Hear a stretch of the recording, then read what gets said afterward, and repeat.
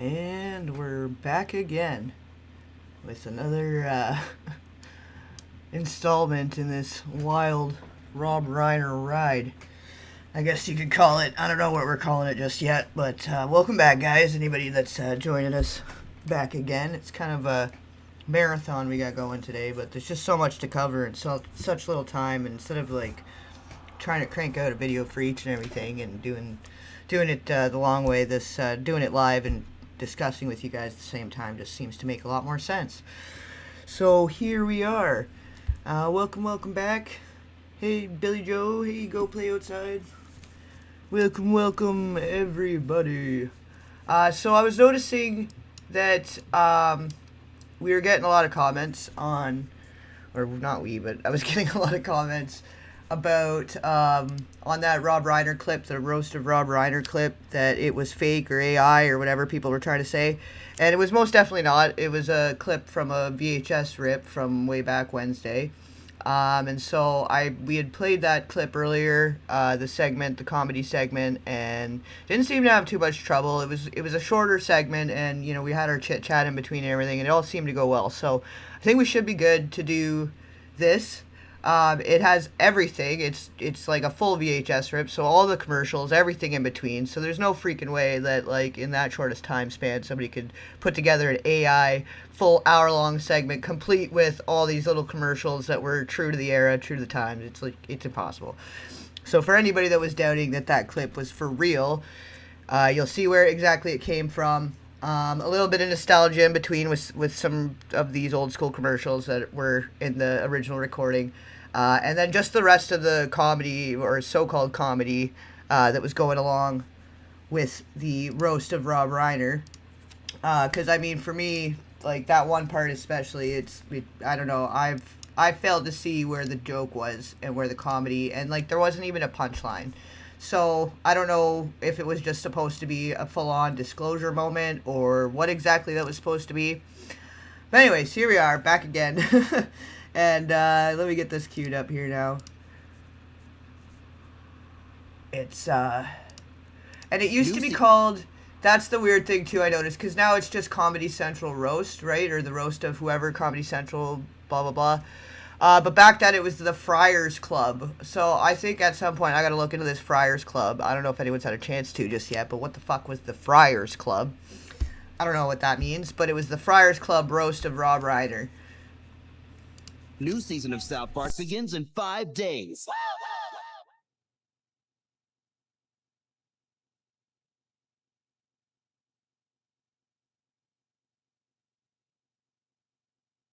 So if anybody wants to look it up as we're going through this, it's the New York Friars Club.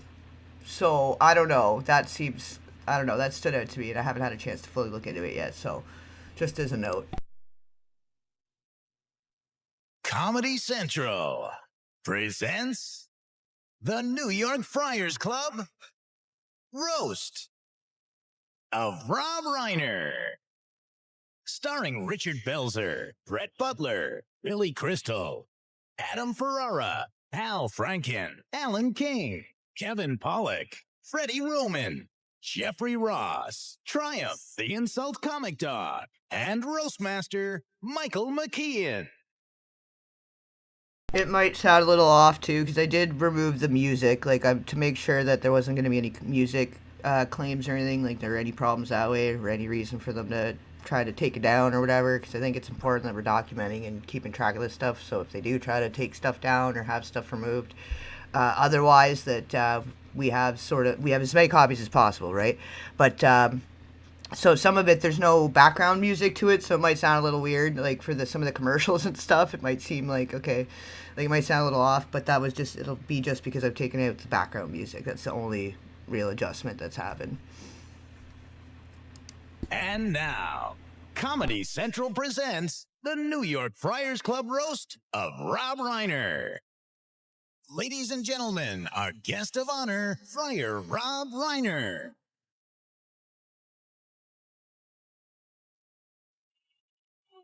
Oh shoot, that might not have worked though, because it might mean it took out like the laughing and stuff too, which is kind of an important part to understand, like how, I guess we know they're laughing at all of it though, and that's weird. but it might have silenced like the like all the background and just have the vocals. So I don't know. It might be a little weird, but this is the only way. Like if they try to take it down, the full version of it where it is online, like at least we'll have this, you know.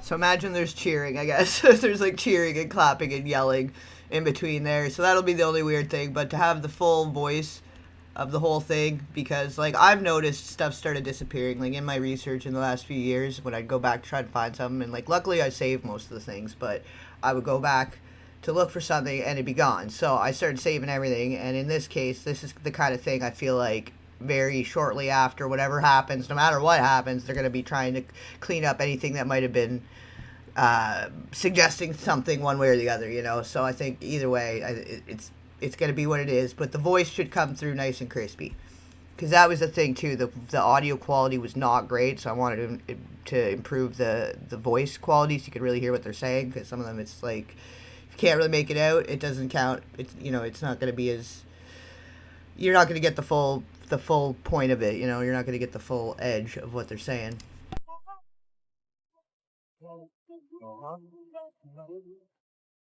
Okay, then sit down. Please welcome the abbot of the New York Friars Club, Alan King.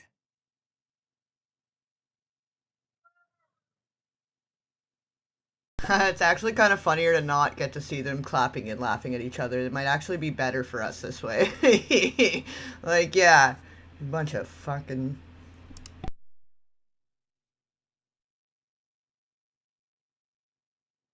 As the abbot and the first speaker, I try to set the tone for the evening. The other day, I was thinking about our guest of honor, Rob Reiner. I was getting a colonoscopy.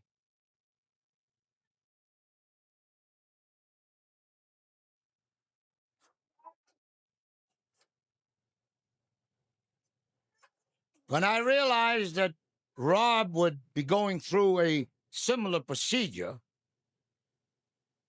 they're going to try to remove Rob's nose from Al Gore's ass. Ow. That should set the tone for the evening. I have known Rob since birth. He was born bald and has remained that way ever since. He became a household name in the legendary All in the Family, where he was affectionately referred to as Meathead. Like, it all connects. It all makes sense, you know, in a way. And it is a little funny. I think this is almost funnier without the laughing, like without them responding, with no clapping, no laughing. Like you just hear it for what it is, with none of the like cues, because they do cues like clap now, like applause, laughter. Like you know how they do this, right? Like people in the audience, like they have cues of how they're supposed to respond and stuff too. And then as the audience responds, everybody's like, oh yeah, ha ha ha. Let's make jokes about child harm and trespasses against them and all of that. They think it's so funny, right? But this is almost better. Like I kind of like it this way.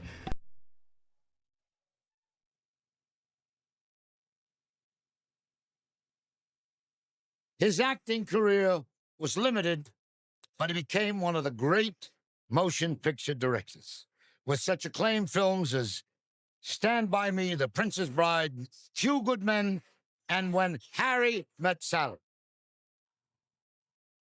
Yeah, this is the year 2000, keep in mind, guys. So, like, he was already pretty, like, prolific, I guess you could say. But this was still, like, 25 years ago, right? So,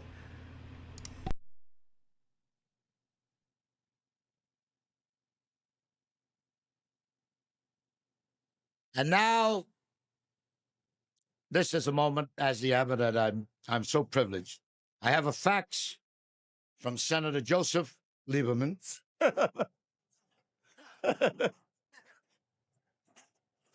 Guten Abend, mein teuer Feind. Ein herzlicher Mazel Tov auf ein größtes Simke, der größte Diller in der ganzen McGill. The what in the who? This is some other language. Shit, I didn't realize they were speaking other languages in this, or I would have gone and tried to get a translation. Does anybody know what they're saying? Maybe afterwards it'll have like with the captions, because they have all the like translations now through the captions. So that'd be interesting. Like, what is he saying right now? Der Rabbinische Leulen soll Benchen Rav Reiner und nur the Chevre from the Friars Club. Or Like, it sounds like Hitler right now. Is this German? Fadir, Gesinnt, Panusim, and Poo Poo Poo. Sign, Yosef.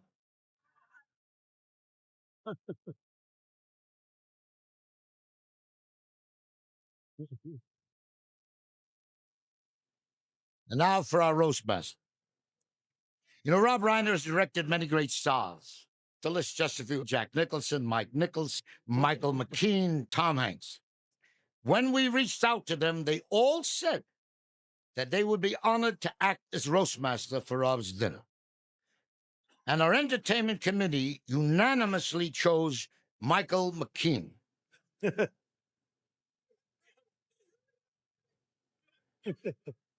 Which should give you an idea of the fucking idiots we have on the entertainment committee. It's kind of funny because then we can hear Rob laughing at himself. You can hear him laughing at himself, but then you can't really hear anybody else.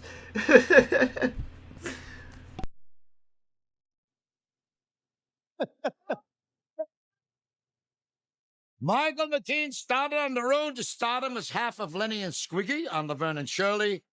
And, of course, he's one of the hottest actor comedians in the business today. From Rob Reiner's This Is Spinal Tap to his acclaimed specials on Comedy Central, and now starring at a theater near you, Best in the Show, ladies and gentlemen, Michael McKean.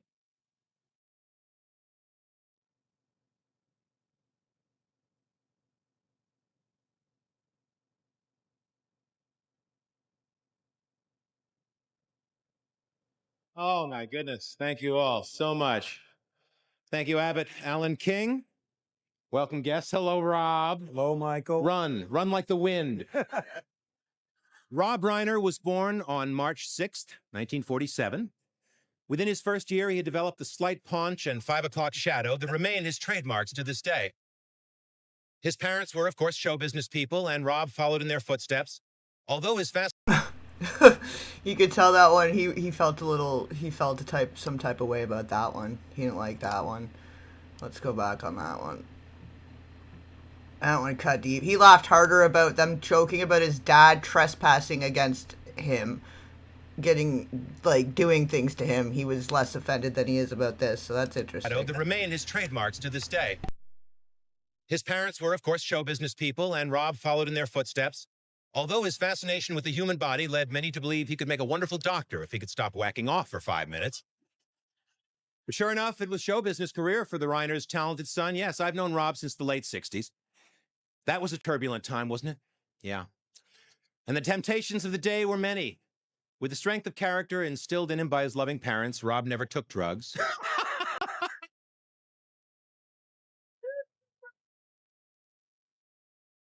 So we know where it comes from. And they kind of talked about it. They were saying that both Rob and wife Michelle had also struggled with substance abuse early on.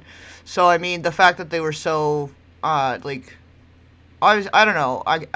The fact that the kid had to go to 18 different rehabs and still wasn't cutting even close to the amount of trauma and complexity of what that he was going through that led him to doing what he did.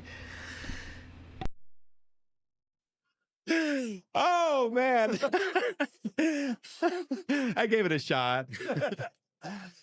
But this phase passed, and Rob moved from mere munchies to a hunger for success that even today reeks of self-serving megalomania. We've all watched Rob as he's gone on to conquer new heights with terrifying ruthlessness, all the while palming off on the public his carefully crafted nice guy image. Well, Rob, you're not a nice guy. And to help illustrate this point, the Friars have asked some of your closest friends, colleagues, and maybe a few of your heroes to come up here and hurt your feelings. Like, maybe this is really a lot more truth than what they wanted the public to believe. It's like, you're not a nice guy. We're going to talk about it. He even kind of looks a little worried there, you know? So maybe there is a lot more to this. Like, when I was first going through this, and then I found that clip, I was so late, and I was probably way past when I should have gone to sleep, and I was still just up looking at stuff and scrolling through and watching stuff. So I didn't get a chance to watch this whole thing, but, like, I feel like there's so many more things in it that I probably just, like, that one clip seemed to be the most shocking thing, but there might be even more shocking things that I kind of missed out on, because the audio was not great. Like, I had to enhance and improve the audio to be able to hear what they were saying well enough, you know? So we're going to be picking up on some stuff here that might even be more shocking than that one clip I shared at the wee hours of, I guess, like yesterday now, or this morning, or whatever, depending on what time we're in the world you are. Enjoy, is all I'm saying. Comedy Central's presentation of the New York Friars Club roast of Rob Reiner is brought to you by America Online. So easy to use, no wonder it's #1. Kia, it's about time everyone had a well-made car. And TiVo, TV your way. Richard Belzer, Brett Butler, Billy Crystal, and Kevin Pollak when the New York Friars Club roast of Rob Reiner continues. Wednesday night on Comedy Central, playtime is over. Whoa, dude, this is our new classroom? Hey, shut your damn mouth! And there's no going back. Dude, 4th grade sucks ass. The season premiere of South Park, the 4th grade years, Wednesday at 10, only The nostalgia factor is it's going to be a little bit of a treat, I feel like. It's kind of funny to see some of these old commercials. on Comedy Central. New from Comedy Central, BattleBots features heavyweight robots in contests of utter destruction. They're made by But obviously, it's like an old VHS rip. Like, the fact that there are commercials, it just shows, like, for anybody that was doubting and thought it was an AI thing, like, obviously it's a fucking real thing. Do you guys want me to continue playing through the ads, or would you like me to skip the ads? If you want to just either thumbs up, continue ads, thumbs down, no ads, I don't know, you guys decide. Like, just the fact that they're there, I think, shows that this is for real. And I think most of you got it. Like, it wasn't that many comments, but it was enough that I'm like, okay, no, we need to address this. Because if people are, like, how convenient that the AI is rolling out right now to the public, the general public, and then now all these things are coming out and people are going to be looking for old clips and trying to bring them out, and how easily people are going to be like, oh, that's just the AI, right? So no. We're going to show you exactly where the clip came from, and you can go search it all up yourself. You can probably find a DVD if you really wanted to see the original. This existed. This was the roast of Rob Reiner, the year 2000. Real thing. This is a VHS rip, first airing on the television whenever, because it's a TV segment. So, I mean, it doesn't get realer than this. You like the ads? Thumbs up for ads? I think the ads are cool. I think it's kind of nostalgia in a way. It's kind of it adds a little bit of lightness in between all the dark, you know? This is how we'll keep coming up for air in between. Yes, ads? Yes, I think most of you guys are saying yes, ads. It's a little delayed, so I'm like a little ahead, and you guys are just catching up, probably. I'm seeing some yeses coming through, though. So, yeah, I think for the most part, yes. Yeah, we'll continue with the ads. They're fun. It's kind of fun in between. Why not? interesting people who dig demolition and celebrated by sports guys, scientists, and Baywatch babes. BattleBots, Wednesdays at 10:30, only on Comedy Central. For more information, check out America Online, keyword BattleBots, or go to ComedyCentral.com. Ooh, tough day. Yeah, What you eating? beef noodle soup. Condensed soup? I used to eat that too, back when I played with dolls. You're an adult now. There's a better tasting soup. New Progresso beef and mushroom has big chunks of tender steak, portobello mushrooms. Yeah, we're adults now. We don't play with Baywatch babes and BattleBots anymore. Now we're chasing down the files. I can't even say it. The Peter files.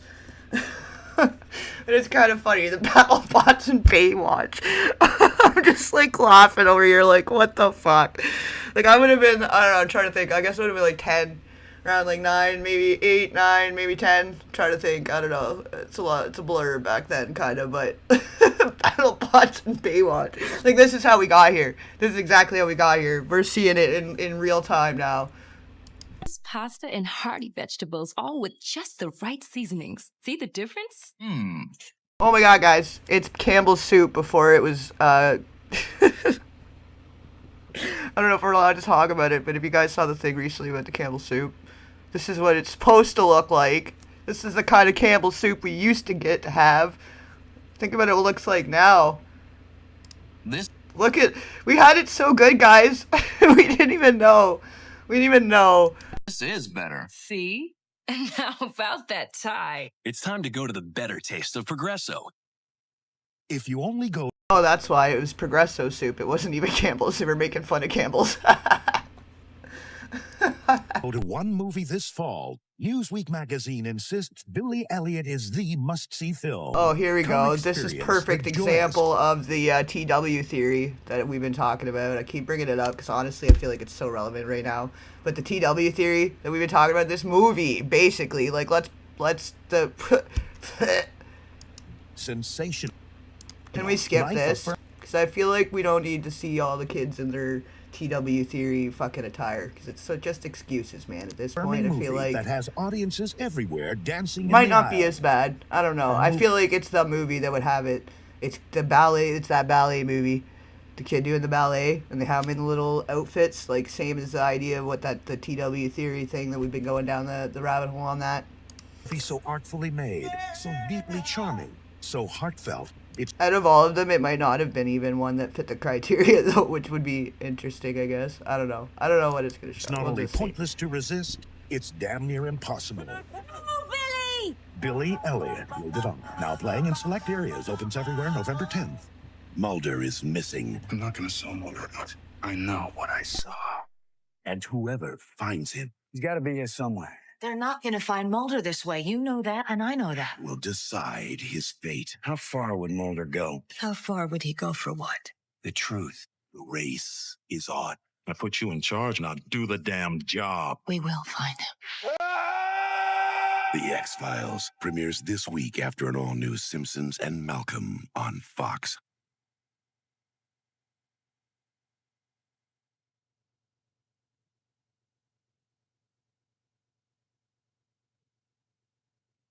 The Blue Man Group. Oh, I wish you could hear the sound for that. We're missing out.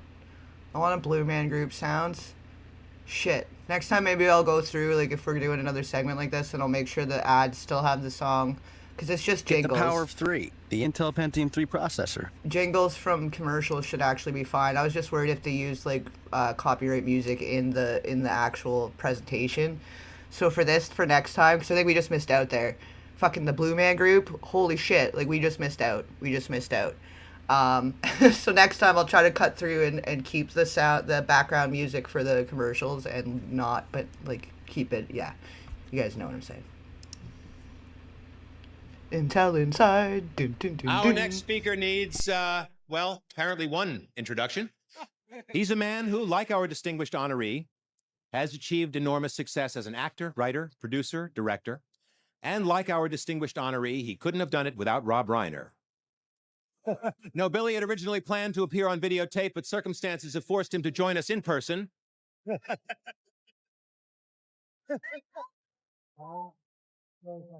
He's 1/4 of the Coney Island Whitefish's $1 million infield from Long Beach, New York, by way of the Dorothy Chandler Pavilion. Please welcome my friend Billy Crystal. Friar Billy Crystal. Oh, by the way, like, the fact that they rushed over, I mean, maybe because the daughter had called, and then called the friends, Billy Crystal and whoever, but the fact that they rushed there and they pretty much they must have been able to get there before the police, because they apparently were able to see the deceased before whatever happened. So, I don't know, there's something going on there that I kind of want to read into of, like, it feels kind of like the John Bonet thing where all the friends rushed over and then, like, they ended up contaminating the scene, you know? So I'm wondering if that ended up being maybe a not good thing, because, like, there's no reason that there should be other people getting on and being in and around the scene of a crime before law enforcement gets there. and has a chance to have a look-see. You know what I mean? And then the fact that they had to wait and get a warrant and the whole thing, too, like, I keep coming back to that, because if they already had a rough idea of who it was, and then they had him in custody, and it was the whole thing, what would they need a search warrant for? Like, they had the whole scene was just there. It was all right there. They knew what happened. It was a pretty cut and dry situation. Maybe that's bad wording. Maybe that's in poor taste for what the situation is. But you know what I'm saying. The Billy Crystal thing kind of irks me a little bit. There's something about that. Like, was he rushing over to come hide some shit? Was kind of my first thought.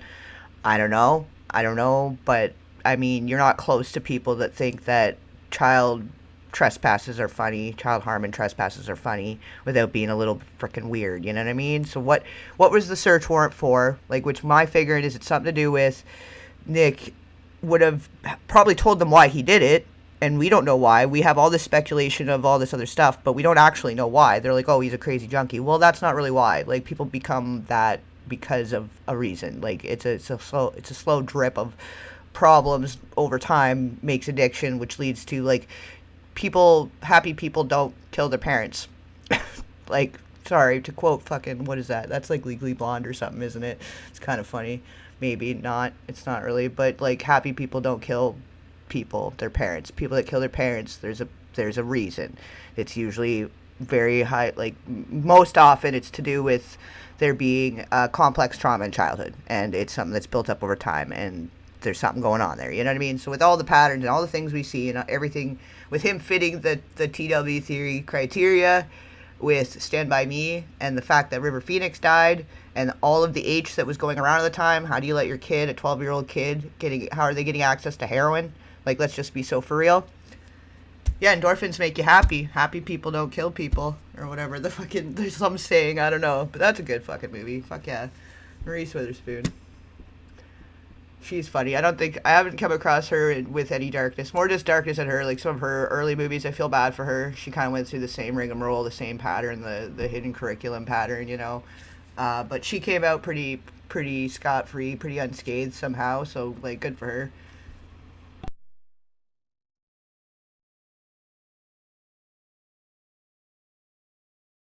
But yeah, so I'm really curious as what Billy Crystal says here, because now that we know he was, like, right there at the scene as soon as stuff went down, that was a situation.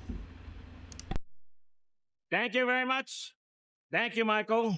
That felt like a spinal tap. You know, ladies and gentlemen, 8 years ago, Rob.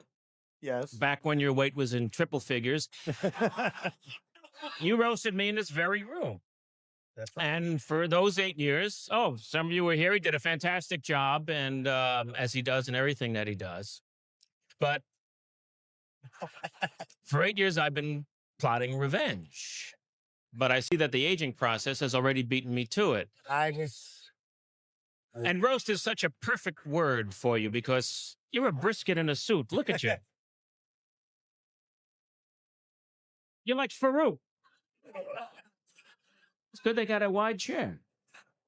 You think someone as big as Rob in this industry, and you know, it's sad. Like, that's like the lowest common denominator of comedy, though. Like, to poke fun at somebody's, like, appearance like that or their body type and stuff like that. Like, that's the lowest common denominator of comedy, all in all. Just to point that out, but. And maybe he's gonna keep it kind of clean. I don't know. I'm curious. I don't know what he's gonna say here, but right off the bat, just like, okay, yeah, we see that he's a bigger guy. Yep. Like, okay, you know. And in this world would attract. They did a lot of that too. Like, and not that I'm trying to defend a guy that's maybe have done something really bad to his son, which made the son do really bad things to his parents. But they did a lot of that to John Candy. Every interview, they were like, oh, you know, you're blah, blah, like just something about his weight, and I feel like that kind of like. I don't know. His early death was suspicious, and I think he was trying some kind of diet thing, and something went wrong with it from the timing and what was being pulled off the shelves around that time for similar. There's a lot going on there, but that in particular, I feel like is a time. And now look what we got. We got the Ozempics, the Ozempic games. Like, we've got women competing to be the scrawniest of all, and it's fucking scary because too much of either way it's not healthy, you know. And I really, like, the stuff going on with Ariana Grande right now and what's coming back for her and what her memory is from her time in the Disney sphere and all that, and where she's like, I don't know, man. It's like we can see where it came from, and then where it got to, because like this is it. We're just making fun of people because of, you know what I mean. A lot of people can't control that if they grow up in a certain way and this is what they're fed and this is where they're at. Once they're an adult, what are they gonna do? You know, exercise, diet, whichever. But it's just we didn't need to be shaming people as much as we were back then. Like, I don't know if you guys saw the I Like Me John Candy documentary that just came out not long ago. But yeah, no, that was like a big point in that. So I guess that's why I'm feeling compelled to point this out, because that I feel like was a big part of why we ended up losing him way too soon. And if anything, he was one of the really good ones, and looking out for some of the kids. Like Macaulay Culkin has spoke really fondly about him, looking out for him and being the only one asking him how he's doing and stuff. Like when there was problems with his parents and his dad and all the stuff going on, he was looking out for Macaulay like people should have been, you know. And so he was a really like big loss. Like there's nothing bad about that guy. I've not ever heard anything bad about the guy in all the research, all the time. No bad words about that guy.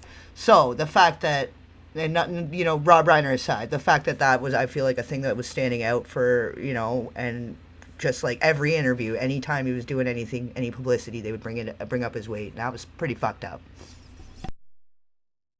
Some bigger names to the roast. No, you guys are fantastic on both sides. No, I'm an okay name. Michael's a medium name, but some of them, listen, nobody has anything to do with you. That's right. On this roast. I mean, Dr. Ruth, Abe Vigoda, Freddie Roman, it's the Comedy Central Seniors Tour.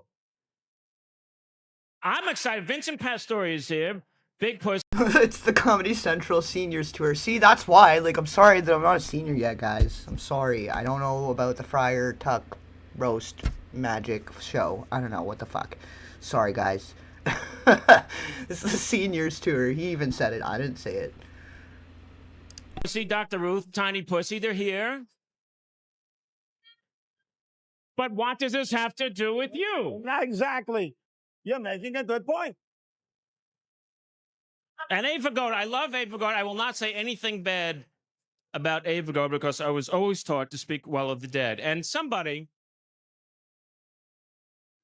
No, I'm glad you're here tonight, Abe. You're here tonight, Abe. Brett Butler, I'm so glad to see you. You know why she comes to the Friars? Because old Jews have narcotics with them. Ooh. Oh, Lord. Like, it's a different time. Let's remember, guys, this was a different time. I don't condone, or I'm not, like, I think I should have maybe done a disclaimer ahead of this, that I can't necessarily, I don't represent or share the same opinion of each and every person being shown in the video. I also am in good I am mentally well and of sound mind and body and not looking to take myself out. Anyone, you know, everybody, just to put it out there. I don't know what we're allowed to say and not say anymore. Like, I can't even use TikTok because I try to comment on anything about anything and it blocks all my comments because, I don't know, you just can't say anything. Twitter's okay. It's not too bad. You can pretty much say whatever over there, but, like, I just don't know. I'm kind of caught in between. Like, what are we even allowed to say here anymore? I don't know. But he said it. I didn't say it. He said it. And you know what? Like, I don't know.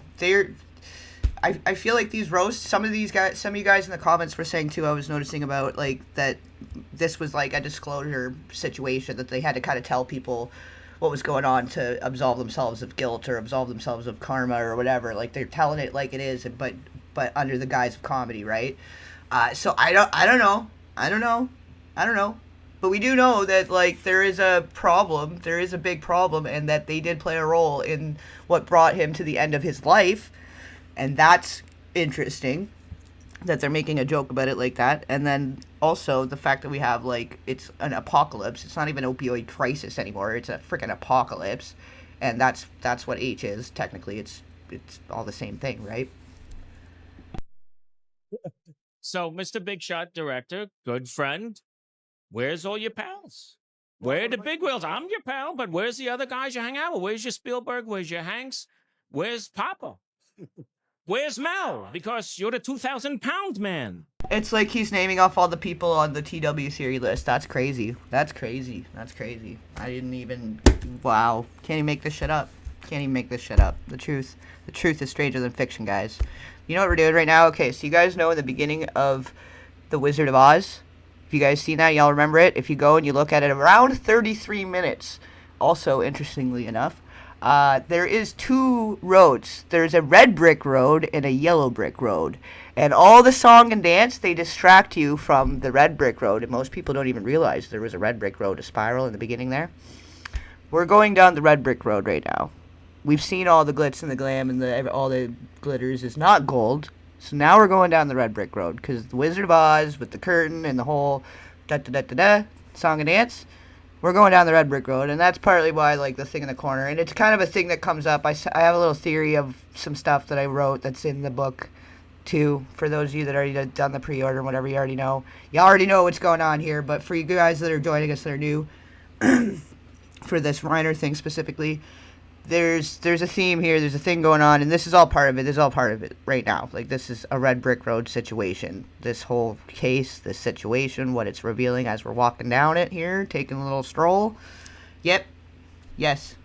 Also that. Yeah, we talked about that a little bit earlier, too. The Bob Saget roast and the jokes they were making about the Olsen twins and the connections they have to some people that are no longer with us and some of the conditioning and programming and situations. There's a lot there. There's a lot there also.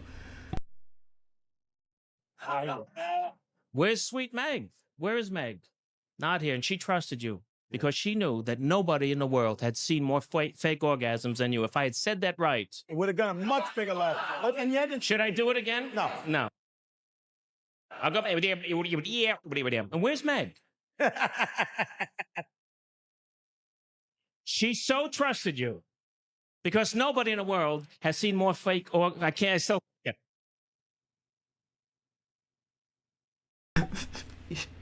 He's so bad at giving when he can barely say it. He can't say the word. That's how bad he is. He's probably never given one in his entire life. No woman has ever been satisfied with Billy Crystal. I can guarantee that. He can't even say the word. He's tripping over it as if it's like a shameful thing. You know? I think that's very telling. That's the read I'm getting anyway. I don't know. Maybe there's something wrong with me.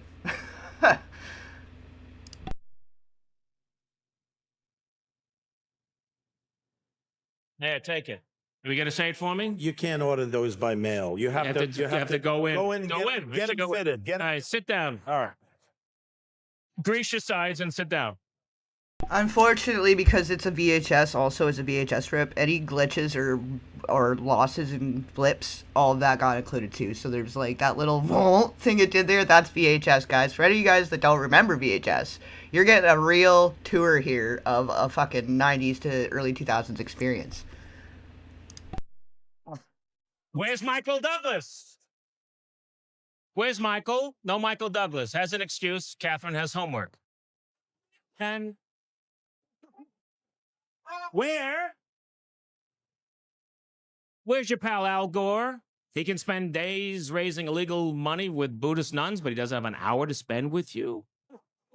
And Rob's going around telling everybody he's going to get Gore elected. He's going to get Gore elected. Great. Something else they can blame on the Jews. He's going to get a camera. It's, you know, it's funny that there's certain themes reoccurring that are kind of coming back up now in such a way. Again, I can't condone or agree with everything he's saying, or these are the opinions of the people in the videos that we're watching, and this is for research and educational and reporting purposes only, and archival purposes. Also in reference to investigation of the case currently involving Mr. Reiner and his wife. I can't be held responsible for what Billy Crystal is saying. Okay? Can't be held responsible for any of these people are saying. Just want to get that out there. Cabinet post, he thinks. Secretary of Sheet Cakes. It's a funny word. Where's Lieberman? Oh, it's Friday.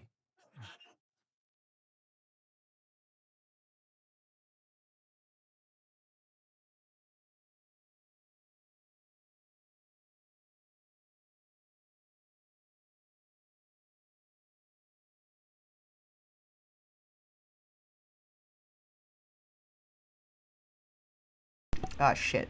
And we're on mute. This microphone, man. Sometimes that button is... that's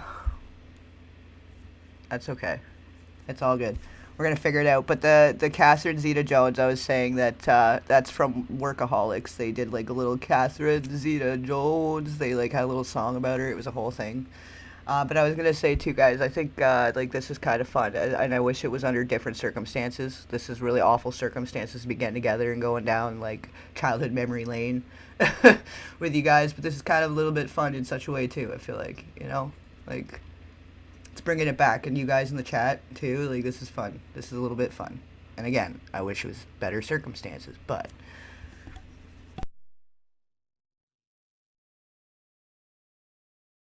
But if he really liked you, he would have walked. George W. Bush, not here. Why? Because he's a schmuck. But none of these people are here for you, Rob.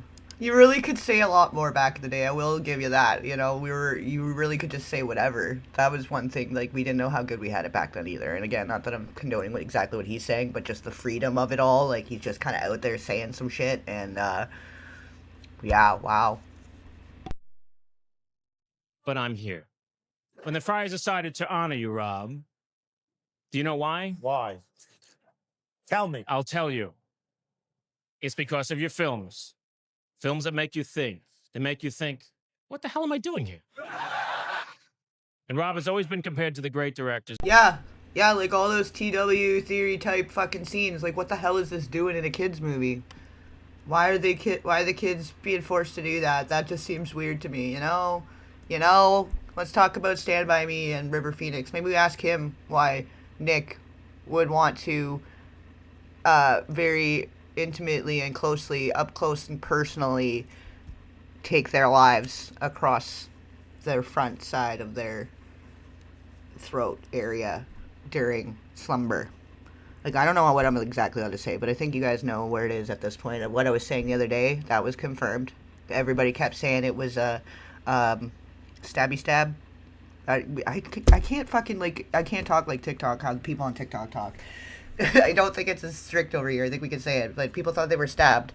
They were not stabbed. They didn't say punctured. They said laceration. So and from some of the other little sources, there were like one source had said something different, but all the other news sources were saying it was stabbed, and I knew the laceration meant something different, and that it was up close and personal, because this has felt very up close and personal for a reason the whole time. Like, that there was something going on with this kid. You know, this is what it seemed like the whole time, and as we keep digging deeper, it just more is being revealed to confirm that, you know? Yeah, I don't know where I'm going with that, but just for observing as we go here. The juice, yeah, well, you know, I don't know, which juice, though? I don't know, are we talking about the chrome? Hey, Kurt Cobain, welcome back from the other side, maybe too, you know? Awful lot of young people lost on the H over the years, and that era was really like everybody. It was so bad. So many young people died on that shit. Yes. Thank you, and welcome back, Wendy. It's good to see you again. Good to see you, and welcome, Ann. Welcome everybody else just joining us now. Yeah, exactly. And if in their sleep, it wasn't anger, it wasn't out of rage, as people thought, because of the outburst the night before at the Conan O'Brien party. They thought that because there was that big outburst, it was something to do with that. But no. It was in their sleep, and it was I don't think I can say the word. Yeah, I probably can't say the word. I'm gonna type it. I don't know. Maybe I can type it. But then it'll be on the. There, I don't know. Fuck it. There, that style. It was that style. It was very intentional. It was very suggesting premeditation, I guess. You know what I mean? As always, when he directed me and. So sorry, but with that said, that more suggests that something really bad happened to him as a kid. Like, yeah, it's very intimate, very personal. Like, that's a lifelong vendetta catching up, trauma, very complex, very severe, very bad childhood stuff, and I really feel for the guy. Like, it's gonna be most unpopular opinion, but I'm like, he wasn't the bad guy here. I don't think he was a bad guy. I think he needed help, and a better help outside of the sphere he was living in. He needed to get right outside of that and away from all of those people. And may all the souls rest that are lost when they're in a way that don't need to like, the violence didn't need to happen, I guess is what I'm getting to. That wasn't the answer. It's never the answer. But the fact that he was pushed to a point, like, you got to imagine the point you got to get pushed to do something like that to your parents. That the closest bond you should have ever had in your whole life, that are supposed to look after you and love you, protect you, all this stuff, and you're supposed to have bond. But if you don't bond in childhood, which he talks about it in a lot of those interviews about that movie they did together, The Being Charlie, of how he didn't have a bond with the parent, with his dad. He didn't feel like he had any sense of self or identity or a purpose or all this stuff. He was saying it. He was saying it wide in the open, and everybody just took it as, okay, yeah, good, you did a healed movie together, great, it's all done and over with, moving on now. And that, his abandonment after that movie, because my guess is that movie is the most attention that Rob had ever given that kid, that son, because from everything he had said, like, they didn't bond at all. Like, the older son and him would watch baseball, but Nick liked basketball better or whatever, for example. Maybe I'm mixing those two up or whatever, but for example, there was all this stuff, and like, Rob was talking about memories of them together, and he was like, oh yeah, and we did this thing at the WWE thing, and Nick's like, no, that was Jake, I wasn't there for that wasn't me. So, like, constantly the middle child syndrome, constantly, like, there was just, like, no bond there. So the lack of bond with the parents is, like, that's already a big separation. That's a trauma. Then, if what we think might have happened, based on all of the data and evidence and everything we've been talking about, like, that's the why, in my opinion, anyway. I don't know. Like, there's no other reason why. Like, why else do people snap? People don't just snap out of the blue for no friggin' good reason, and the reason they're on drugs is for a reason that usually leads to a reason of snapping. And that's why you could throw all the rehab, all the medications, all the money in the world at a problem, but if you're not dealing with the underlying problem, if you don't clean up the infection of the wound and just keep trying to put a band-aid on it, it's going to keep oozing infection all over the damn place. And then maybe you got to cut your arm off. Like, this is one of those situations, the rotten infection inside that family got so bad, somebody needed an amputation, is what he was thinking. Like, this was in his mind. He's thinking, like, this is the infection. This is the infection. And that's so fucked up. That's so fucked up to get to a point that you can't escape that and that you're so isolated in this fucking... there's so much more to it. There's so much more to it than what the media is saying. And I wish he got the help he needed and got to a better, safer place for his mental health and wellness sooner, because none of this needed to happen. He didn't need to be on heroin at 13, 14, 15 years old, going into rehab at 15 for heroin, going through all this shit, being homeless on the streets, all this shit because of whatever he went through as a kid, and he was having a problem, and when he comes into his fucking teenage years, and he gets thrown away and thrown away and thrown away. 18 different facilities. Like, we got to think about this. Like, you're a teenage kid bouncing around. Like, it's such a fucked up thing. It's such a fucked up thing. Even if something really, really, really bad didn't happen to him in childhood, all of that along the way is trauma. Like, we got to acknowledge it. We got to start acknowledging this shit. We can't keep looking at it for what it is and just dismiss it of, oh, he's another crazy junkie, killed somebody. Like, they're very dismissive. It's the same kind of discarding and dismissing and disregarding that we've been constantly doing to victims in society this whole fucking time. And look where it's got us. All the great cast and Harry and Sally, they compared him to Woody. When he did Misery, they compared it to Brian De Palma and Alfred Hitchcock. And when he began working closely with children, they compared him to Woody. And... Oh, there it is. There it is. That's probably even the more worse, because that's directly at Rob. The other thing is about Rob's dad to him. Ooh, should we go back? I think we need a replay on that one. What did he just say? Because we know, you guys know about Woody Allen. Do you know what Woody Allen did? I know most of you guys are probably, you're in roughly the same age range, and you remember, you know.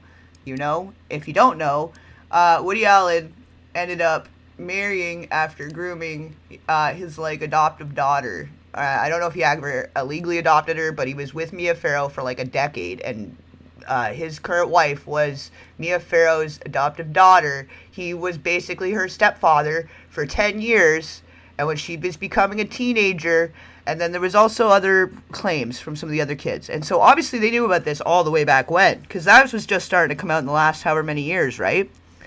That was just all starting to come out again. But no, they knew about this how long ago, and we're making a joke about it on a fucking roast? Sorry, first off, like, such a fully loaded situation. We're going back on that one, but that is such a fully loaded fucking joke. Billy, my guy, whoa. Slow down here, fella. It's a funny word. Maybe even when it goes a tiny bit more backwards. Hold on. And Rob's going around telling everybody he's going to get Gore elected. He's going to get Gore elected. Oh, Great, something shit. else they can... I might have gone too far back. Hold on.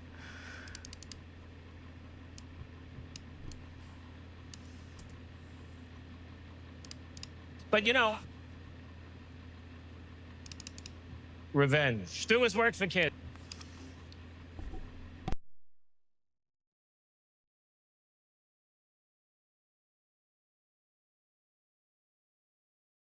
George W. Bush. Not here. Why? Revenge. Stu has worked for kids. Suspicious.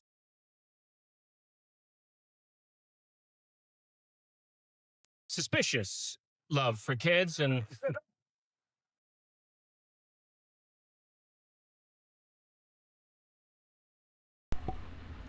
But none of these people are here for you, Rob, but I'm here. When the Friars decided to honor you, Rob, do you know why? Why? Tell me. I'll tell you. It's because of your films. Films that make you think. They make you think. Okay, here, we're getting closer. I'll be able to get us to the spot here. Hold on. More like a f***ing reptile. And working closely with children, they compared him to Woody. There we go. He directed me and all the great cast and Harry and Sally. They compared him to Woody. When he did Misery, they compared it to Brian De Palma and Alfred Hitchcock. And when he began working closely with children, they compared him to Woody. But what I respect most about Rob is his deep, almost suspicious love for kids. And he freely gives them his time, his money, whatever it takes to get them into the van. But, you know... I'm sorry. Like, I don't know how I missed that last night. I guess the way I was probably fucking half asleep listening to this thing last night, and when I found the clip with him talking about the dad to Rob, I totally missed this. I knew there was going to be something I'd missed, and because of the audio, too, the audio was so bad, like, it was so grainy, it was so bad. Like, I'm going to try to do this better this time. I'm going to zoom it out so that I'm not going to skip as I had so much. That was my bad. Yeah, though.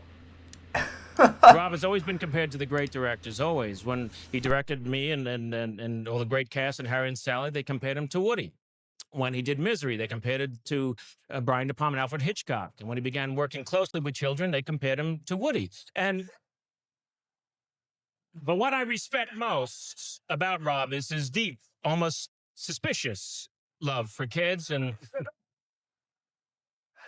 he freely gives them his time, his money, whatever it takes to get them into the van. But, you know, revenge. Stu has worked for kids. Rob has become a major, wonderful political activist, which is a code name for unemployed movie director. He's now Mr. Inside Politics. You see him all over doing great things. He calls it President Bill. He calls it Vice President Al. And he calls Domino's 5 times a week because... But okay, so all right, like, let's get some context here, because the movie, the Being Charlie movie, the son does, it's loosely based on his experience, but basically the dad's like running a campaign. He's trying to run for governor or whatever, while the son's going through all this turmoil, and they're just trying to keep him in the facilities for so long as the election's happening and all this stuff, whatever's going on with it. So this is kind of interesting, because I guess he's referring back to memories of when he was like a really small kid in that movie, and they made it like a teenager, and they kind of like mushed it together in such a way. But he's referencing memories from a small childhood memory of his dad being in politics, because he would have only been 7. And then they're making all these jokes about kids, and he's got these little kids, like, oh my god. Holy fuck. And then, yeah, ordering pizza, right? Yeah, 5 times a week ordering pizza. And the look on his face, also, the fact that I just happened to pause it right on that. That's a lot to unpack. That's really a lot. That's a lot to unpack, guys. Jesus. Murphy anyways. Food is a very important thing to my friend. Whenever his wife Michelle was pregnant, which is 3 times, Rob would eat for 2. And of all the meals he has, and it's hard to tell when one stops and the next one begins. That was Michelle in the audience there for a second. She's sitting here watching all this too. Like, can you imagine? You're the mother of your children sitting in the audience while your best friend is saying how much you love little kids. And pizza. I'm gonna file this under Pizzagate in the Telegram group, by the way, guys. Like, I'm gonna have to clip that part too and do something there with that. Put that in the files, because what the freaking heck is going on? And how did we, like, how was this any about this okay? Like, how are they saying this in all of our faces and nobody even batted an eyelid? Because the most important meal to Rob Reiner is dinner. Because this man always had a dinner. When North was not accepted in some circles, like the Earth, Rob had a dinner. When he decided, in the Ghost of Mississippi, to make James Woods look even more like a f***ing reptile. Actually, if you guys don't mind, give me 1 second. I'm just going to mark it off where it is so that I can save it for later. Because this section, wow. It's just wow. Okay, yeah, that's good. Here's an idea. Rob had a dinner. When his boxer shorts were declared federally protected wetlands,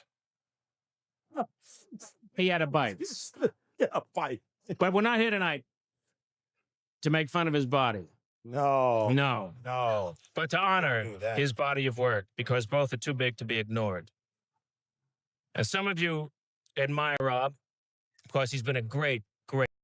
You never watched a word show or roast, Bud Skippered? Oh, well, you're in for a treat, buddy guy. Good to see you. Welcome back. And Kung Fu Panda, welcome back, guys. Let me catch up. It's getting away from me again. His movie Manhattan with Woody Allen, yeah. Well, he worked like with Drew Barrymore too, and like there's a lot of links there too. Like we could go into that. That's a whole deep dive all on its own. The Woody Allen, and then the Polanski. But then Polanski also gave us Rosemary's Baby, which was kind of saying some shit. So like I don't know. Some people are wild cards, but like Polanski's greasy, and he needs to serve for his crimes that he's still on the run from. And like they've been saying it the whole freaking time, and yeah, it's under the guise of humor, like, oh, we're just joking, it's just a joke, you can't take a joke. Not when it's about child harm and trespass against kids. Like, maybe we could just stop joking about that because it's not fucking funny. Great comic actor. He's entertained us for almost 30 years. He's entertained himself for longer than that. Others focus on his great work as a director. Others respect his social conscience and his activism, but to me, he's more than the sum of all of his work. No, the part with his dad, it comes more closer to the end. It's later. But I had missed that. When I was listening to it last night, and then I'd clipped that one thing and I posted that, but like about his dad, but I'd missed that, how he was talking about him being like, oh Lord. Yeah, so we're gonna clip that, and I'll load it up too, so you guys can keep it in the files. We gotta start keeping shit in the files because they're trying to bury stuff too. Like, stuff is getting erased from the archives online all the time. Like links, so many broken links. Like, we didn't have other resources, other people archiving stuff in different ways. Like, we wouldn't have this stuff. So like, you guys taking it and saving the link or saving the thing, sharing it around, like there being a footprint of this stuff existing, because who knows how quickly they're going to try to wipe all this kind of stuff. And like, this is why I was kind of thinking ahead of like the claims and stuff that might come up if there was copyright music or something in the background, like if they try to take down the whole version. But us doing it this way is like a fair use. They can't touch this, right? But oh Lord.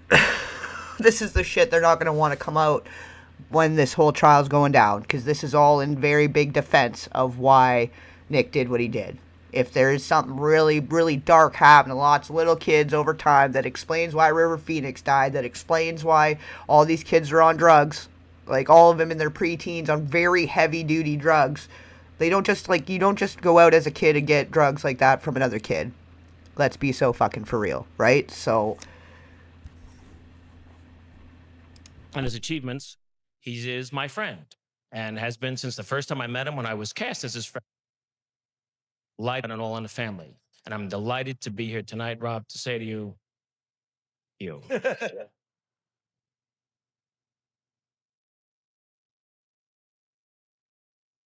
Yeah, I was like crashing by that point. I was still, but I was like, I couldn't not keep looking into stuff. Like I was trying to go to sleep, and then like I was right at the end of it, and I fell asleep shortly after that. So and like I said, the audio was not great. Like I had to clean up some of the audio to make this work for that clip too. So then like coming back, I knew I needed to come back and watch it because I knew there was a good chance I'd missed some of the stuff they said, and because of the noise of the clapping and the laughing and stuff too, like you miss some of the words. You miss, it gets all grainy in the old VHS rip audio style. Like it's just, it wasn't great, right? So yeah, this is a situation, guys. This whole roast is not going well in their favor, and the wife's there, she's there in the audience laughing and clapping along with it. She loves it. How do you give birth to this guy's children and then you think that jokes about him being into children is so fucking funny? How is that fucking funny? I don't find that fucking funny. Sorry for swearing a lot, but this was very, like, it hits a nerve. I'm pissed that this was, like, I was just a little kid when this stuff was on, but how did all the adults watch this stuff on TV, like, and this was just normal. This was just okay. Like, this was so fucking, wow. It's just wow. Richard Belzer, Adam Ferrara, and Triumph the Insult Comic Dog coming up. America's ready to make an important choice. This election night, it's not who you vote for, it's who you watch. Join Comedy Central for live... Okay. This fucking guy. Election updates all night long. Then at 10, The Daily Show is going live. It's The Daily Show Live Election Night Special. Expanded coverage 1 hour earlier with special political commentator Bob Dole. The Daily Show with Jon Stewart's Live Election Night Special, Tuesday night at 10, only on Comedy Central. Yeah, it's way clearer. It's much better. And like the volume too, it was very quiet. So being able to like actually hear it clearly, I think is super important here. Our first lesson this morning will be the sit and stay command.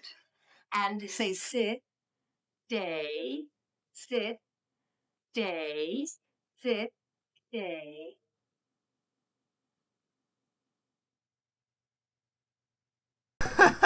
That's awesome. What a great commercial. The old school computer, the old school website, that was so fresh, ordering things online. So easy, even your dog can do it.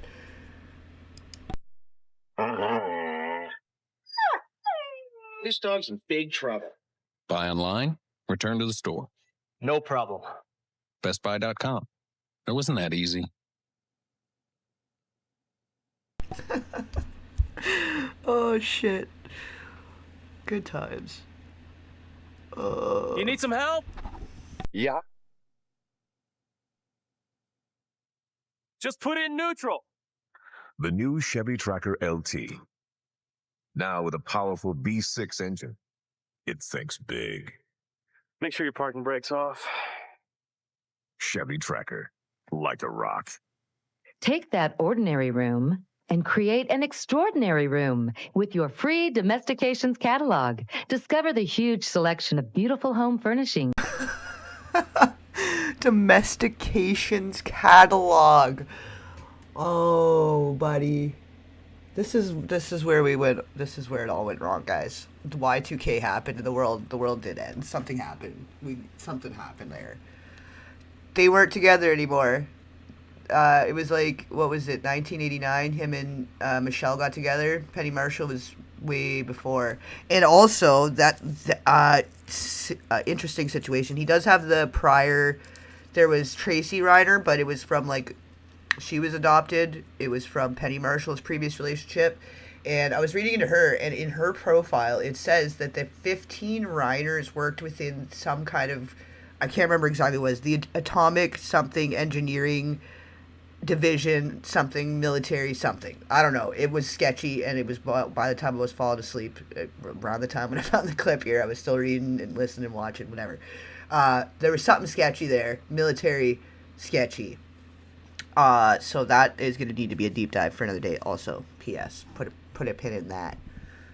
There's the big elephant in the room, guys. We're talking about the elephant in the room, and they want to sell us one as a table. Isn't that awesome?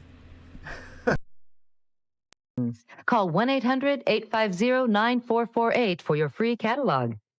Hi, I'm David Orick. How'd you like to get this $30 car back absolutely free? Call this number now and try my amazingly light, incredibly powerful 8-pound. Anyone want to try and see if you can get a free vacuum still?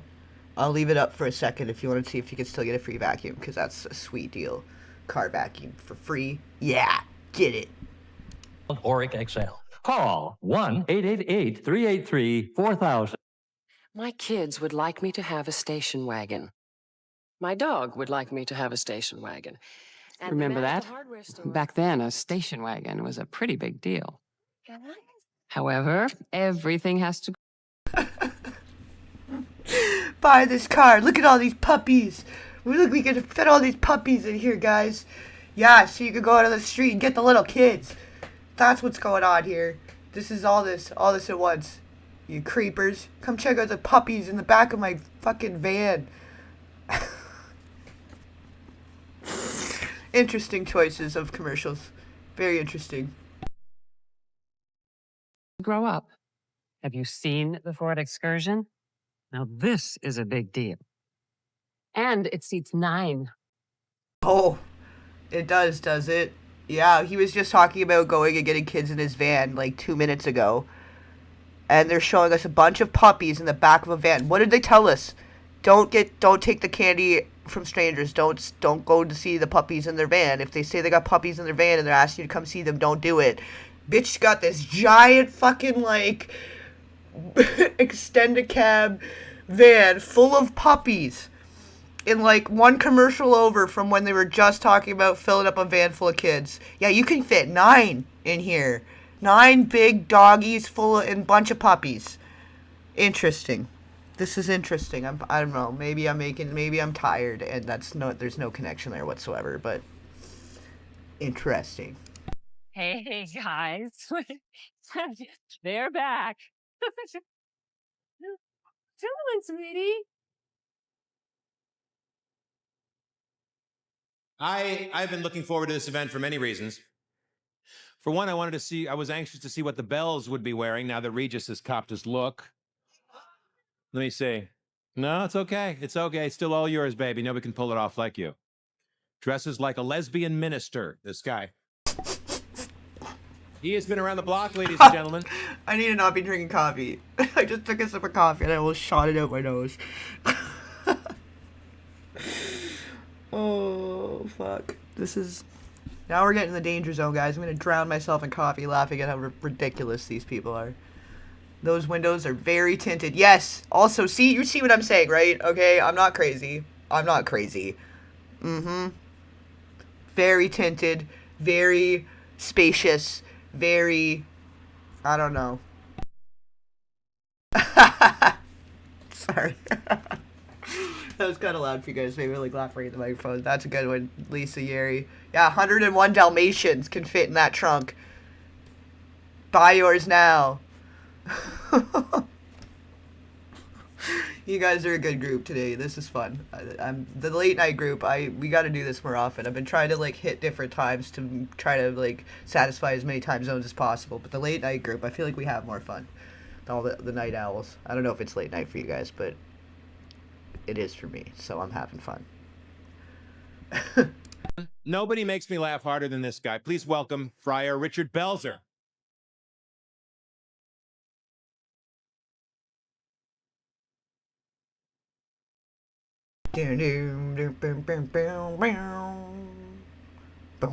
So, I did some research. Yeah. You know, the internet.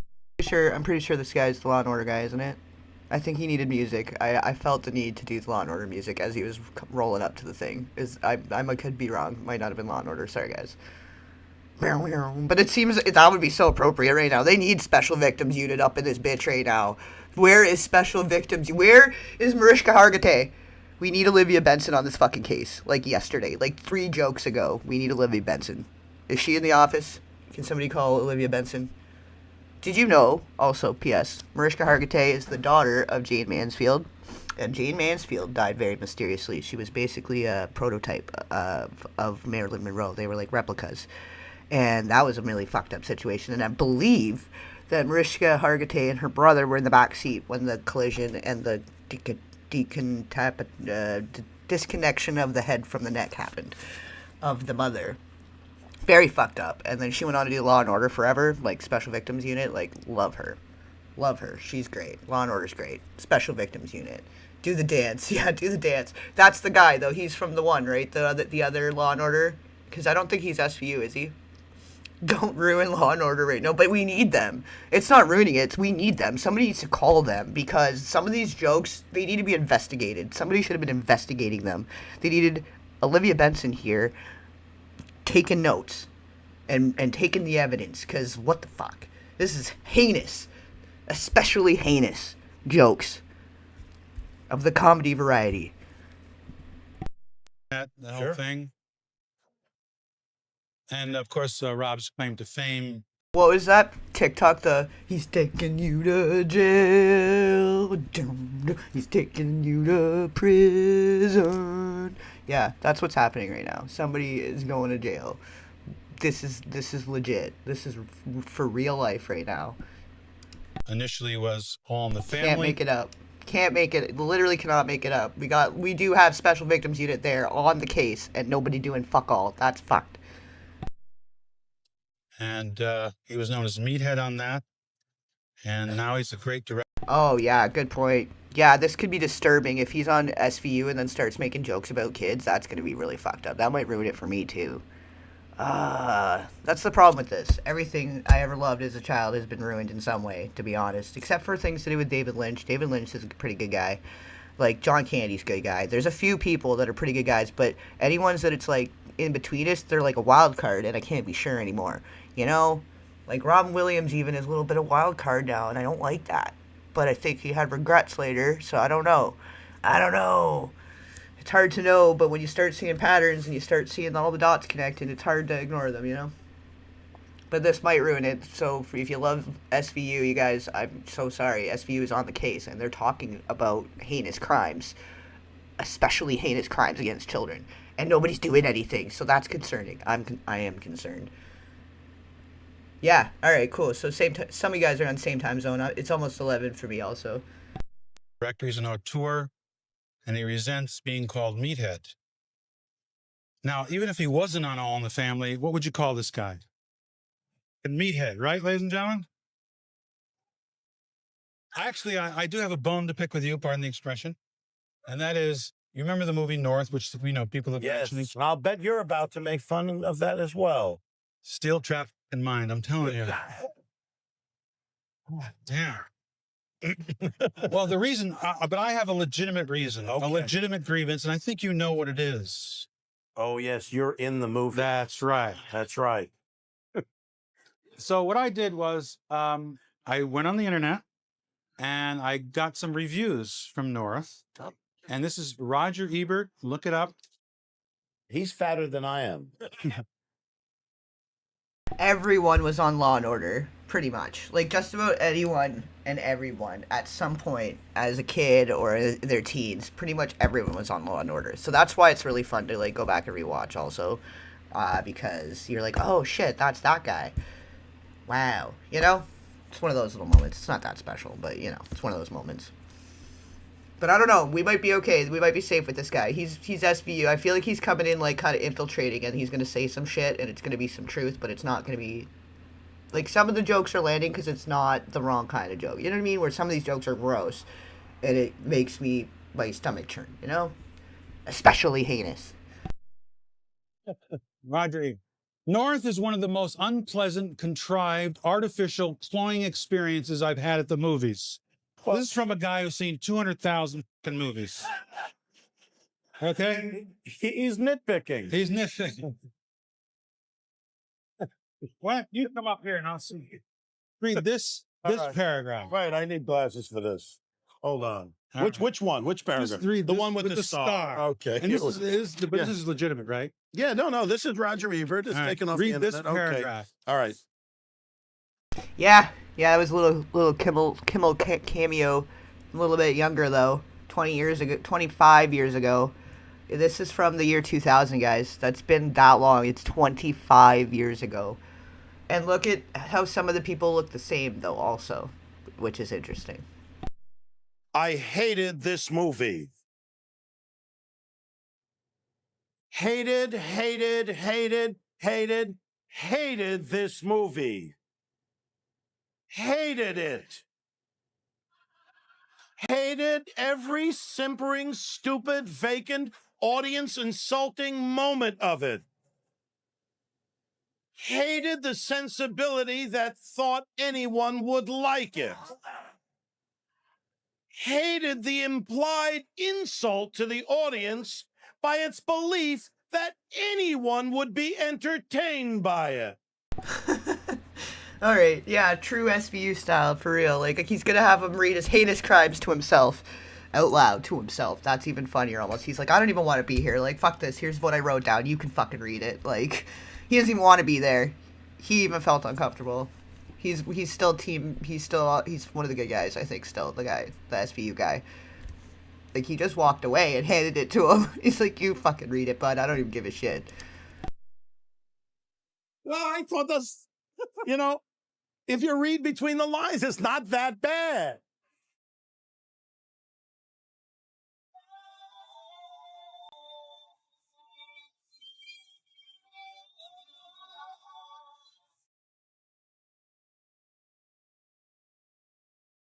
There's a sad little girl in there somewhere. Our next guest is a native New Yorker. Imagine that. Born in Queens, raised on Long Island, he's played all the major clubs, Yuck Yucks, Tee-Hees, the Comedy Pouch. But tonight, we get the whole audio-visual package, don't we? Please welcome Adam Ferrara. I don't remember this guy. Do you guys remember this guy? Who the fuck is Adam Ferrara? He was like a one-time thing, maybe. I don't know. He didn't like the jokes either, maybe, and he never came back.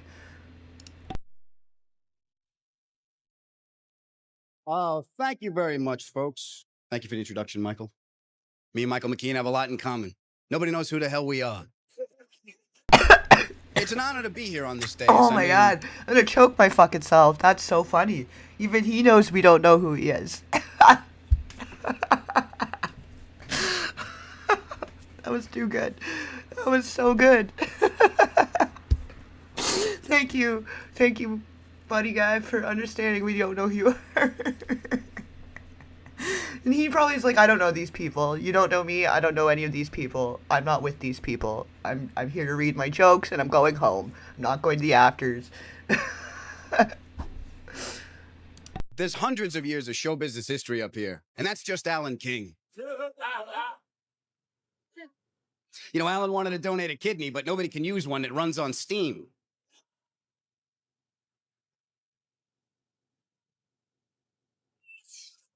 I feel weird, you meet all your heroes and your celebrities, and I feel like, John Gotti, I'm having dinner with the guy, and then I gotta whack him. Oh, that's like, he don't like these jokes, I feel like. He's like, I hate all of these people already. Yeah.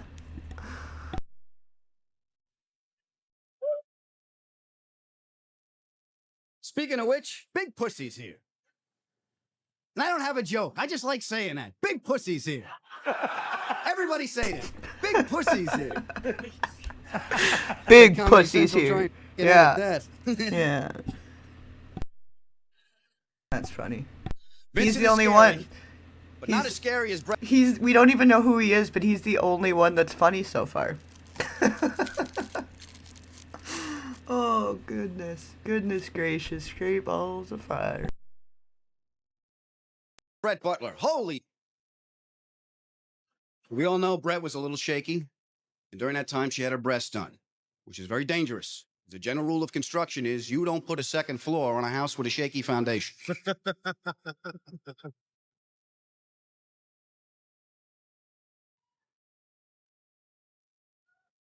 I'm kidding. You look great. It's nice to see you again. Good luck in the future. Although I kind of miss the old days when Brett would let you touch your tits for a Valium. What's she from? She's from something. I can't put my finger on it, though. She's from something. She was like... Shit, I can't think of it. I know she's from something, though.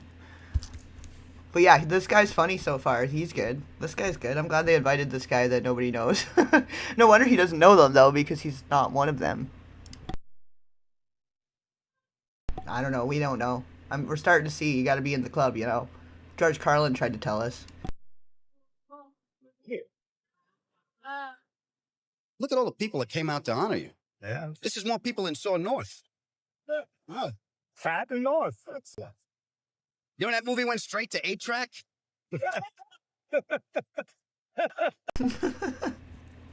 Yeah, this guy's good. We need more real comedians that aren't into kids, man. They're funny.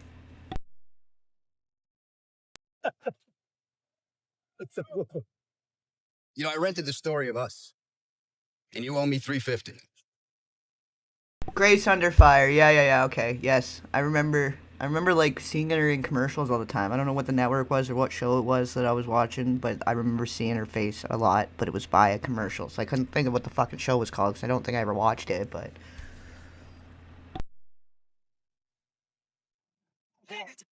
Look, I just want to say it was a thrill. I want to thank Comedy Central for allowing me to come here. I want to thank the Friars Club for making me a member. And if Mr. Reiner, if I said anything to offend you, my name is Al Franken. it's Al Franken that says the weird shit about the dad, and he's coming up. Might be coming up next, or maybe no. It might be still another couple. He's closer to the end. Stay with us for Al Franken, Kevin Pollak, Jeffrey Ross, and Triumph, the Insult Comic Dog.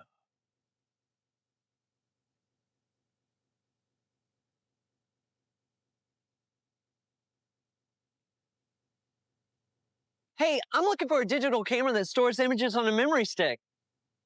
Hey, do you know where I can find one of those digital... Excuse me, what did he say? Never mind. Which digital camcorder lets me shoot on standard 8mm tape? This your car?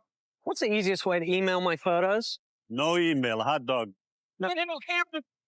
What do I look like, a camera salesman? Got questions about digital imaging? Ask somebody who knows. Sony. Call and get your free Sony. All this old tech's kind of interesting. That's neat. It's like a whole different time. Like we've come like light years away from where we were then. It's wild. Digital imaging guide. It'll tell you all you need to know about digital imaging. You'll even get a... And that shit was probably like $4,000, and now you can get one of those like at the corner store for like $40. It's crazy. It's crazy. A personalized recommendation on which products are best for you. Which digital camcorder shoots at night? Find out how Sony's digital cameras and camcorders let you capture, edit, and share your life like never before. Megapixels. Yeah, megapixels. So call now. Oh, megapixels.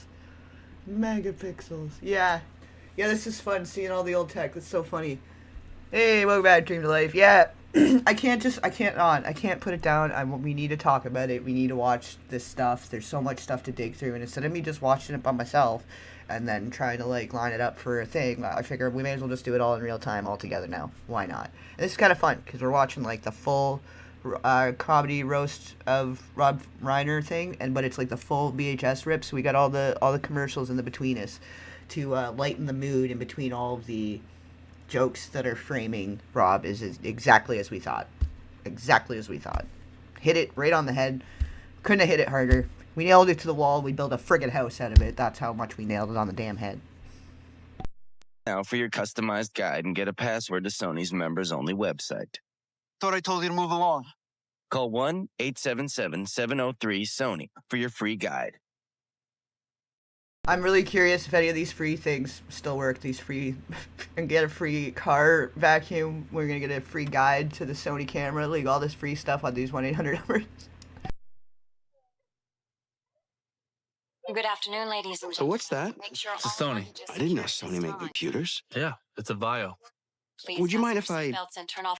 I didn't know Sony made computers either. That was pretty short-lived. All electronic devices. Yeah. Thank you, and have a nice flight. Sir, could you turn off? Nice computer. Sony Vio with notebooks and desktops as Oh sleek as they yeah. are powerful. Yeah, okay. They were like a minute. They were like a whole minute, but yeah, they didn't last. Lenovo. Lenovo ThinkPad was the best fucking computer back in the day. Sony had good cameras, but for computers, it wasn't gotta get a Dell. Fuck those like bullshit, all those fun little jingle commercials. It was a Lenovo ThinkPad. That thing was a friggin' tank. I had one of those when I was younger that lasted for like 10 fucking years. That I did enough stuff, like way back when. I guess it's still like you didn't really need much to run shit way back in the day, but like it was a trooper. I had to bring it back from the dead multiple times, but it was a friggin' trooper. They could only come from Sony. Real light and thin? Yeah, that's why I got it. Good battery life? Last the whole flight. Take the Z505. Oh, enough to last the whole flight. Amazing. Look at that. Pentium 3. Oh my goodness. For me, I'm kind of a nerd, so all this tech stuff for me to see the old version, I'm very much enjoying this. I'm sorry if you guys are like, what the fuck, this is nerdy. I'm enjoying it. Interesting. What is it? What was this club? Because I guess it was just like I don't know. They seem pretty open about their little club, their little boys club. Is that like a? I don't know. I gotta read into that. Still. 5. It has the unique ability to capture, edit, and share a world of digital content. Sir? Yo, technology boy. Sir, will you please? It's a really nice computer. We will not be able to take off. What's going on here? Thanks. Sir, put the computer away. Sorry, Captain. Call toll-free 1-877-481-VIO to get your own Sony Vio for a limited time with financing as low as An upgrade of 128 megabytes, guys. That's so much space. My goodness. That's a steal. 7.99% APR and $100 off a memory upgrade. Sony Vio. This is Control Tower. Looks like we've got another Sony Vio on board. This election night, it's not who you vote for, it's who you watch. The Daily Show is going live. The Daily Show with Jon Stewart's live election night special.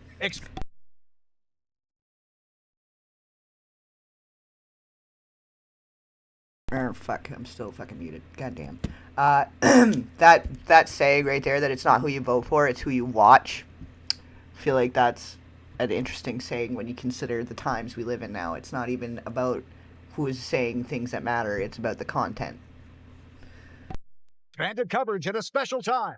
Tuesday night at 10 only on Comedy Central.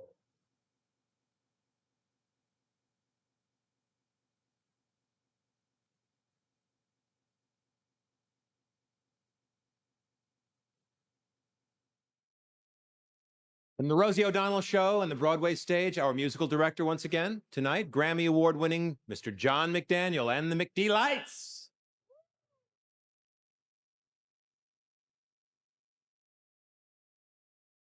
Great strides have been made in genetic... Oh, you're awesome. Did you actually try it, Mud Skifford? That's hilarious. You're the best. That's hilarious. Aw, thank you for playing along with me, because like, I'm kind of silly like that sometimes, and not everybody humors me, but you went all the way. I love that. I love that you fucking tried it. That's so fucking awesome. Good times. You're awesome. You're awesome. I'm curious. I've kind of wondered, you know, like, and I obviously can't stop and do the whole thing right in between us all this, but the fact that you went and did it, that's mega points. 10 points to Gryffindor. I'm thinking you're a Gryffindor. I don't know. I might be wrong. You might be a Ravenclaw. But from what I'm understanding of you, I think you're a Gryffindor. I don't know. I haven't known you long, but you've been in and around the chat more lately. I feel like I got your vibe, you know? It's a Gryffindor vibe, and you get 10 points. Engineering, ladies and gentlemen. Years ago, the notion of a creature such as our next speaker would have been an impossible dream. But show business scientists working on a way to prevent future Kenny G's have stumbled upon this unusual hybrid, combining the worst qualities of a poorly bred Rottweiler with those of an angry, bitter nightclub comedian. Ladies and gentlemen, from Late Night with Conan O'Brien, please welcome Triumph, the insult comic dog. Yes. All day. This was like an MTV thing, wasn't it? I can't really remember what this is from, but I remember this, and this is funny. I feel like this is about to be fucking funny.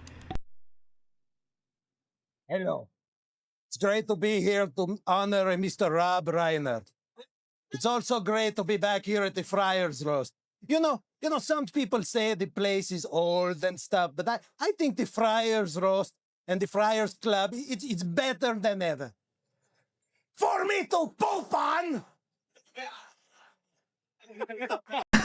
I guess it was funnier when I was 10. My bad. Not that funny. It was funny when I was 10. Sorry, guys. Sorry. Oh shit. That was so much hype and build up for a poop joke. I'm so sorry, guys. I mean, come on! What the hell happened to this place anyway? You used to have Sinatra come by, now it's all these f***ing old guys. You ever seen Alan King naked in the steam room? Normally I have to eat grass when I want to puke. But then you get all the hot young stars here too. You know, like Vanilla Ice. Oh my god. What happened to you? We gotta stop. I can't. We're not consuming beverages. Vanilla Ice. I'm gonna choke to death. I can't. I keep as soon as I gotta take a sip. There. Oh, Vanilla Ice. Ice, baby. You disappeared faster than my cock in a Saint Bernard. You should have done your career in dog years, man. Don't get me wrong. There's some hot meat up here, though. Like Brett Butler. Brett overcame the drinking problem. We're all happy she's back, right? Poor woman. Oh my goodness. And look at, did you guys see Vanilla Ice? Did you see that? What was he doing with his chin thing there? He's got a friendship bracelet coming out of his chin. I mean, I know that was like all the rage back in the 90s. All the girls were doing it. But like, who friendship braceleted his fucking chin hair? That's interesting. Yes. Brett Butler. She's the only person who's had her head in more toilets than me. Oh no. We started out together, Brett and me. Here's something we're both used to hearing. Roll over. Oh no. I mean, come on. Who are we kidding? She's had more bones buried in her than Forest Lawn. Oh Lord. Okay. Maybe I shouldn't have been watching it at 10. Maybe I shouldn't have been watching that shit at 10. Why was I watching this guy at 10? Is this the kind of humor this was the whole time? Like, ooh. Oh shit. It's this poor fucking woman, yeah. And no wonder she was drinking. Like, no wonder she was drinking. Do you see who she's fucking surrounded? Like, jeez. Oh, Jesus. What an era. Just what an era. Seriously, guys. It's time to talk about this guy here. Sorry, Billy's right. I've never met him. I barely know the guy. Rob Reiner, though. I'm kind of sorry he showed up. I'm not going to be getting any table scraps. Oh, Lord. Yeah, I don't know. Sometimes they roast each other because it's just like, it's the opportunity of the jokes. They all gotta try to have different jokes too, right? Like, I'm sure there's a rehearsal and there's other parts to it, which makes you wonder how it even still ends up making it on air if there's more to it, right? But they obviously don't all want to be telling the same jokes, so there has to be some coordination to an extent, you know? And they have to, they all, I feel like that's like tradition, is they all try to include some of the other people that are there to roast the guy. And then at the end, the guy roasts all the other people. Like, I'm pretty sure that's the format. I've watched, like, the Charlie Sheen one, the Saget one. A couple of them, like, for research purposes, but I haven't watched enough of them to know if there's any sort of format or structure. But from the ones I did watch, that's the structure. We're going for the fat jokes. But you know what? I like being here right next to Rob, though. For once, no one will blame me for farting. You fat. Look at you. You were so cute on All in the Family. What happened? Did you swallow Carol O'Connor? Oh, no. That head and that funky beard. No, I kid. It works for you, it does. You're like Orson Welles without all that genius baggage. Look at you! Oh, it's so David bad. Crosby thinks... It's so bad, guys. The only people that have been funny so far are a fucking puppet, a dog hand puppet, and the guy that nobody knows. That's so sad. That's so fucking sad, guys. Oh, friggin'. I feel bad that I'm even laughing at this. I think I'm just overtired. I don't even know if this is even funny. And maybe it's just the kid in me, because I used to watch this shit when I was a kid. Like, I remember this from when I was a kid, this fucking little dog thing. Oh, man. I need a nap or something, because it's probably, I don't know. But so far, I think the dog hand puppet, and the guy nobody knows, that nobody's ever heard of, the funniest so far. What do you guys think, though? I don't know. I could be wrong. I could be just, like, yeah, overtired, like I said. So, like, we're so far. And, well, the SVU guy points for being like, I don't even fucking care. You read your own joke. Like, you read the roast to yourself. That was kind of funny. He gets points for that. You've let yourself go.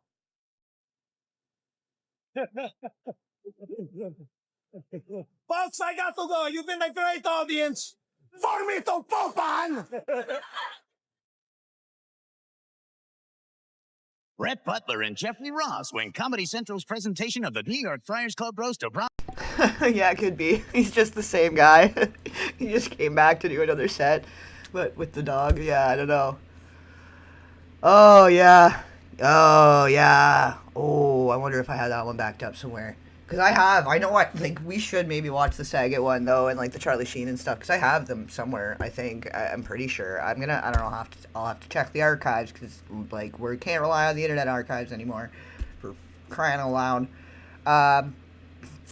But, yeah, we should, the Bieber one, I'm going to look into that. I'm going to put a pin in that. Let me make a note of that so I don't forget, because I am pretty tired, and it has been a long few days now since this came out anyways. Like, I was about to go to sleep when I was getting the news of what was going on with this stuff, and then ended up staying up longer than I probably should have that first night, and it's all been downhill since, so I'm probably gonna get extra sleep today. But yeah, let's Bieber roast. Oh, we're not typing into the right thing here. It's gonna go nowhere. Yeah. And I'm gonna clip that thing from earlier in the show too, because that was something. All right. You like that one, Dream, too? That's what it looked like. Like, did it not look like that? I don't know if I should go back. Maybe I should go back, but like, it looked like that, did it not? And maybe it's smaller from where I'm looking at it, because it's a little bit further away from me, on a computer screen. So I don't know. Maybe I can't see it as clear. I mean, that's what it looked like. Rob Reiner continues. Wednesday night on Comedy Central, playtime is over. Whoa, dude, this is our new classroom? Hey, shut your damn mouth! And there's no going back. Dude, 4th grade sucks ass. The season premiere of South Park, the 4th grade years, Wednesday at 10, only on Comedy Central. New for... Hey, cognitive dissonant. Welcome back. And no problem. It needed to be done. I felt like it needed to happen, and we were cool with doing the segment earlier, so I figured let's go for it. We'll do the hour full segment, because a lot of people are saying it was AI or whatever. Like, some people are like, oh, it's fake, or oh, it's AI, and that clip I shared in the morning, earlier this morning, and it's not. This is where it's from. It's from a full VHS rip. It was broadcasted on television. It's for real, and we're finding more clips out of this now. It's getting bad. There's more to it, because it was the audio wasn't very clean when I was first listening to it and when I was first going through it. So I've gone back and enhanced and took out the background noise and the music and whatever shit, so we can hear what they're saying clearly.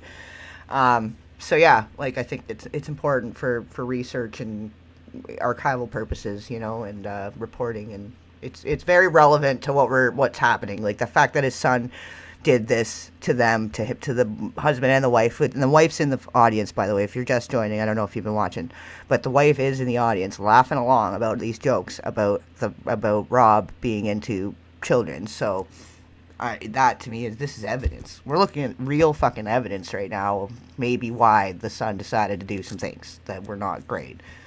It was not great. Violence is never the answer, but I'm starting to kind of understand maybe why.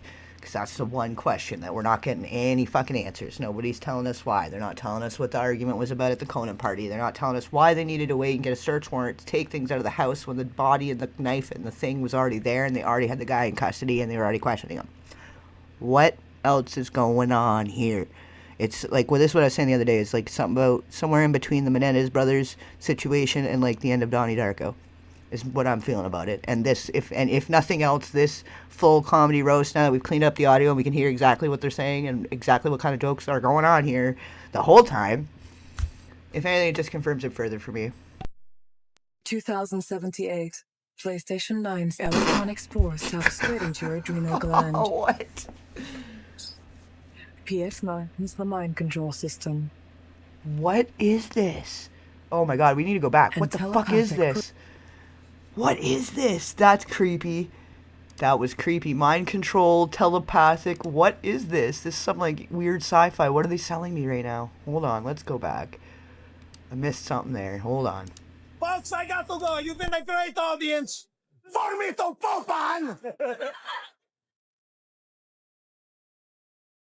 Rhett Butler and Jeffrey Ross when Comedy Central's presentation of the New York Friars Club roast of Rob Reiner continues. Wednesday night on Comedy Central, playtime is over. Whoa, dude, this is our new class. Shit, I did it again. Sorry. And there's no going back. Dude, A little bit grade far back. sucks But yeah, we The need to season hear that premiere of again. South Park, the fourth grade years, Wednesday at 10, only on I Comedy went too Central. far back, but we're right here. New for 2078. PlayStation 9's electronic spores tap straight into your adrenal gland. PS9 is the mind control system. And telepathic personal music. PlayStation 9. I'm sorry, are they saying PlayStation 9? What the fuck are they? What is this? Is this like a joke? This is obviously a joke, but what the fuck is this? We need to go back one more time. What the fuck are we watching?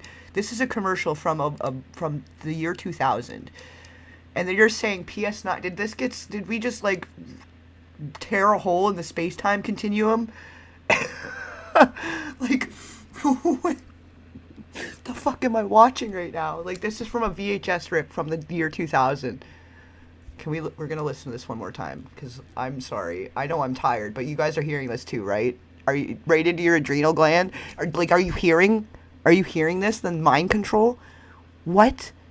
I'm sorry, what? Like, you're hearing it, right? You guys are hearing it? Okay, I'm not crazy. Rhett Butler and Jeffrey Ross when Comedy Central's presentation of the New York Friars Club roast of Rob Reiner continues. Wednesday night on Comedy Central, playtime is over. Whoa, dude, this is our new classroom? Hey, shut your damn mouth! And there's no going back. Dude, fourth grade sucks ass. The season premiere of South Park, the fourth grade years, Wednesday at 10, only on Comedy Central. New for 2078. PlayStation 9's electronic spores. New for 2078, PlayStation 9. I'm sorry, this has got to be a joke. It's like they got to be doing it. It's got to be a joke, right? Why is this in here? Okay, hold on. I'm going to scooch back, and then I'm going to just shut the fuck up and let it play through fully one more time. But, like, you guys, like, we're here on the same page. This is real life, right? I didn't pass out midstream, and now I'm like, holy crap, this is weird. This is weird to be from, like, and for what they're saying, the pineal gland thing and the great into your, and the, mind control. What the fuck? What the fuck is in this? We're finding all kinds of little nuggets amongst all the bullshit here. No, this is roast, Comedy Central. This was Comedy Central roast. What is it? Sorry, Friars Club. It was the Comedy Central Friars Club roast of Rob Reiner in the year 2000. And this is a VHS rip from a recording of television from the year 2000. So it's got to be a joke. It's got to be just like a joke commercial probably, but it's a little bit interesting considering the times we're living in now. Me too. Me too. Crow, yeah, definitely, yeah. I know, you heard it. You guys heard it, right? Yeah, Lisa, you heard it. You all heard it. And they talk about that in some movies. They've been trying to reveal things to us, like in like Fear and Loathing, and even like Clockwork Orange, and there's a few of them. Yeah. This is it. This, you know, the Great Awakening, guys. Like, I don't know. It's like, it's got to be a joke, because it's just too weird. It's too weird. Like, there's, oh shoot. I think that changed the aspect ratio. Hold on. Did I just screw the whole thing up? Oh, no, we're good. Okay. The One more season premiere time. of South Park, the fourth grade years, Wednesday at 10, only on Comedy Central. New for 2078. PlayStation 9's electronic spores tap straight into your adrenal gland. PS9 is the mind control system. And telepathic personal music. PlayStation 9. Teleport yours today. Oh, it's a commercial for the PS2. Got our attention though, didn't it? Woo, was giving me goosebumps for the creepy shit where it's been revealed now about like the MK stuff and all the other stuff and the adrenal stuff. Man, that was spooky. That creeped me out. I don't know about you guys, but that creeped me out, and I'm kind of relieved to find that it was just a PlayStation commercial. PlayStation 2 was the best. I feel like that was the best console. Everything was downhill after that. Man. I did screw it up a little bit. Let me resize it a tiny bit here. There we go. Yeah, that was something. That was something else. You guys picked up on it. I'm glad. Yeah, still same. It's the same thing. It's the same idea. Like, it's all the same. They're saying the same things technically, in a way. In such a way, you know. Wow, that was. Yeah, I'm glad we decided to watch the commercials too, because that was an interesting little nugget. 2 plays for $1. When I was a kid, a handful of nickels would keep the jukebox playing all night long. Yeah, you know, you can't get much for $1 these days. Yeah, but you can get all your long-distance calls for just 99 cents. Get out of here. Yeah. He's right. Just dial 1010-220 and all calls up to 20 minutes are only 99 cents and just 7 cents a minute after that. No fees, no signing up. Just dial 1010-220. Get yourself out of here. How do you like me now? So I can order HBO, right? Yes, sir. Actually, 7 of them. So it's got a pretty clear picture then? 100% digital quality. Football? Up to 13 NFL games every Sunday if you want them. I love you. I know, sir. Now get free professional installation when you buy a DirecTV system and sign up for Total Choice Programming. Hi. It's the 21st century, and you thought the internet would make life easier. But who can remember all those websites? Then remember this one, rewards2k.com, the one address for all your favorite stores. Borders, books, music, video, and more. Sharper image for unique and innovative products. Toys R Us for the best deals on the hottest toys. Best of all, when you shop rewards2k.com, you get free rewards. Log on today, or for more information, call 1-800-4REWARDS.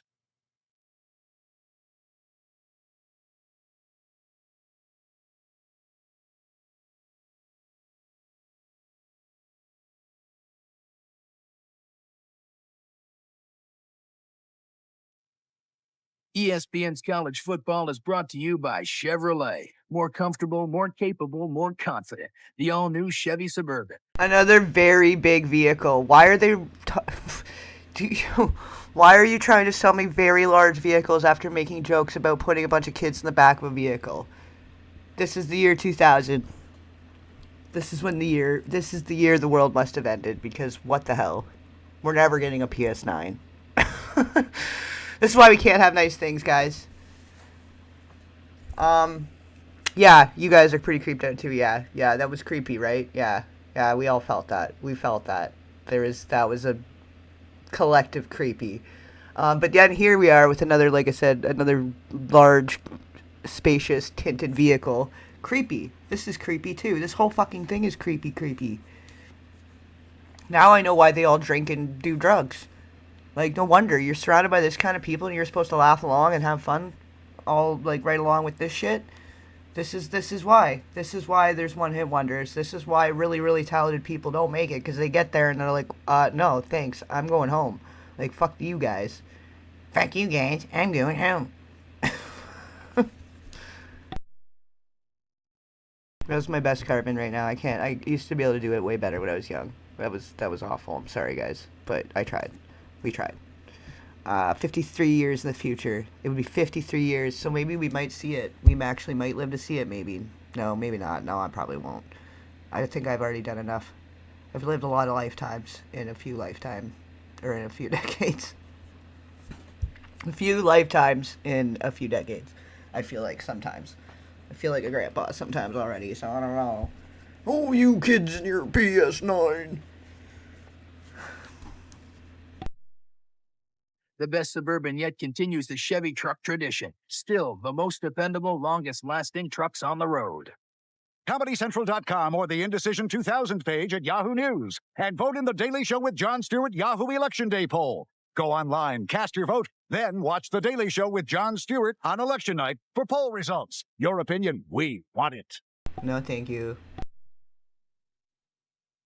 Our next speaker is a gifted writer and performer whose work has been nearly unavoidable in the past decade.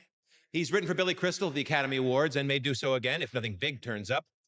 But it is here at the Friars Club that Jeffrey shines the brightest. He truly represents the next generation of Friars. I'm still frozen from that ad. Yeah.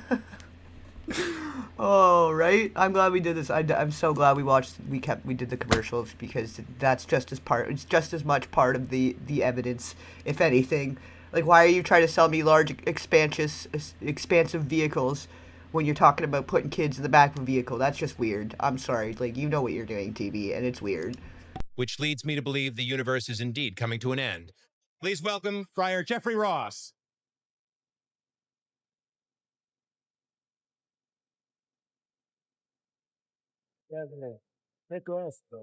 All right. Thank you, Potsy.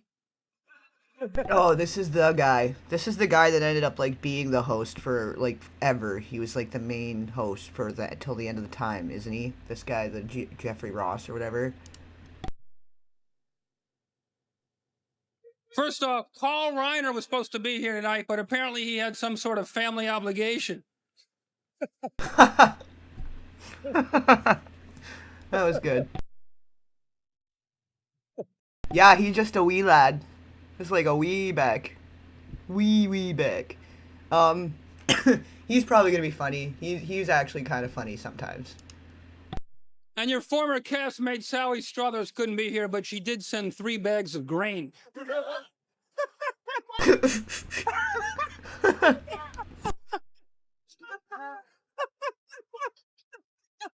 I don't like him. I don't think he's a good person, but sometimes his jokes land and they don't make me feel uncomfortable. I think at this point that's the standard here. It's not even whether it's funny or not. Does it make me feel uncomfortable or not? If it doesn't make me feel uncomfortable, like, okay, that's a joke.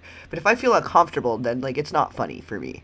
And I'm, like, pretty jaded. I'm pretty like, I'm a seasoned veteran in this shit. Like, I've just about seen and heard it all at this point. I feel like, maybe not. Maybe there's yet more yet to be foreseen with this kind of case, with stuff being revealed now, in more recent times, recent months.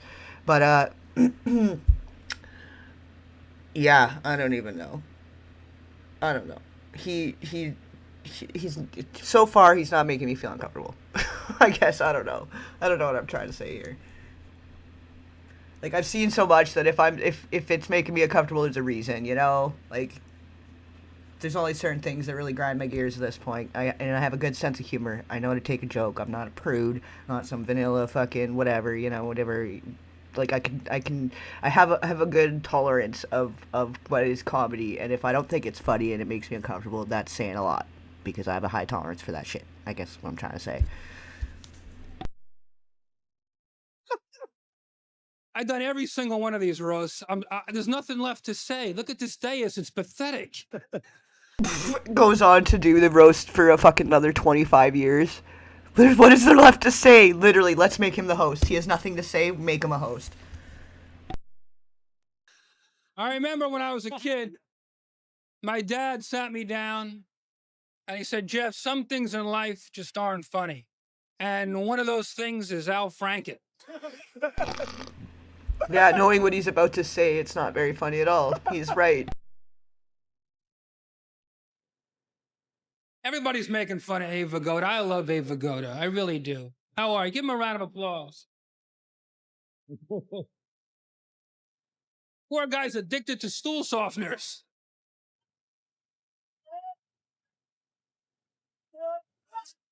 I saw him backstage drinking a glass of formaldehyde.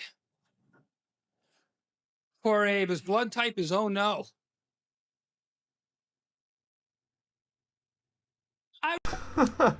Yeah, you know what I mean, Dream to Life. Yeah, he's a good roast master, but doesn't mean he's a good person. I really was nervous. I figured, how do you embarrass a guy that married Penny Marshall? You know what I'm saying?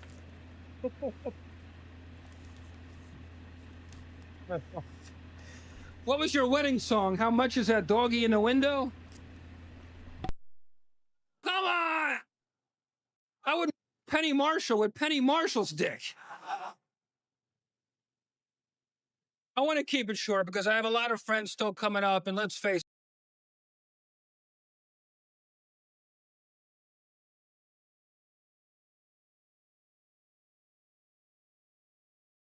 So last year's show was more stretched out than Dr. Ruth's pussy. Which, by the way, is where they're holding next year's roast. They're expecting a bigger crowd.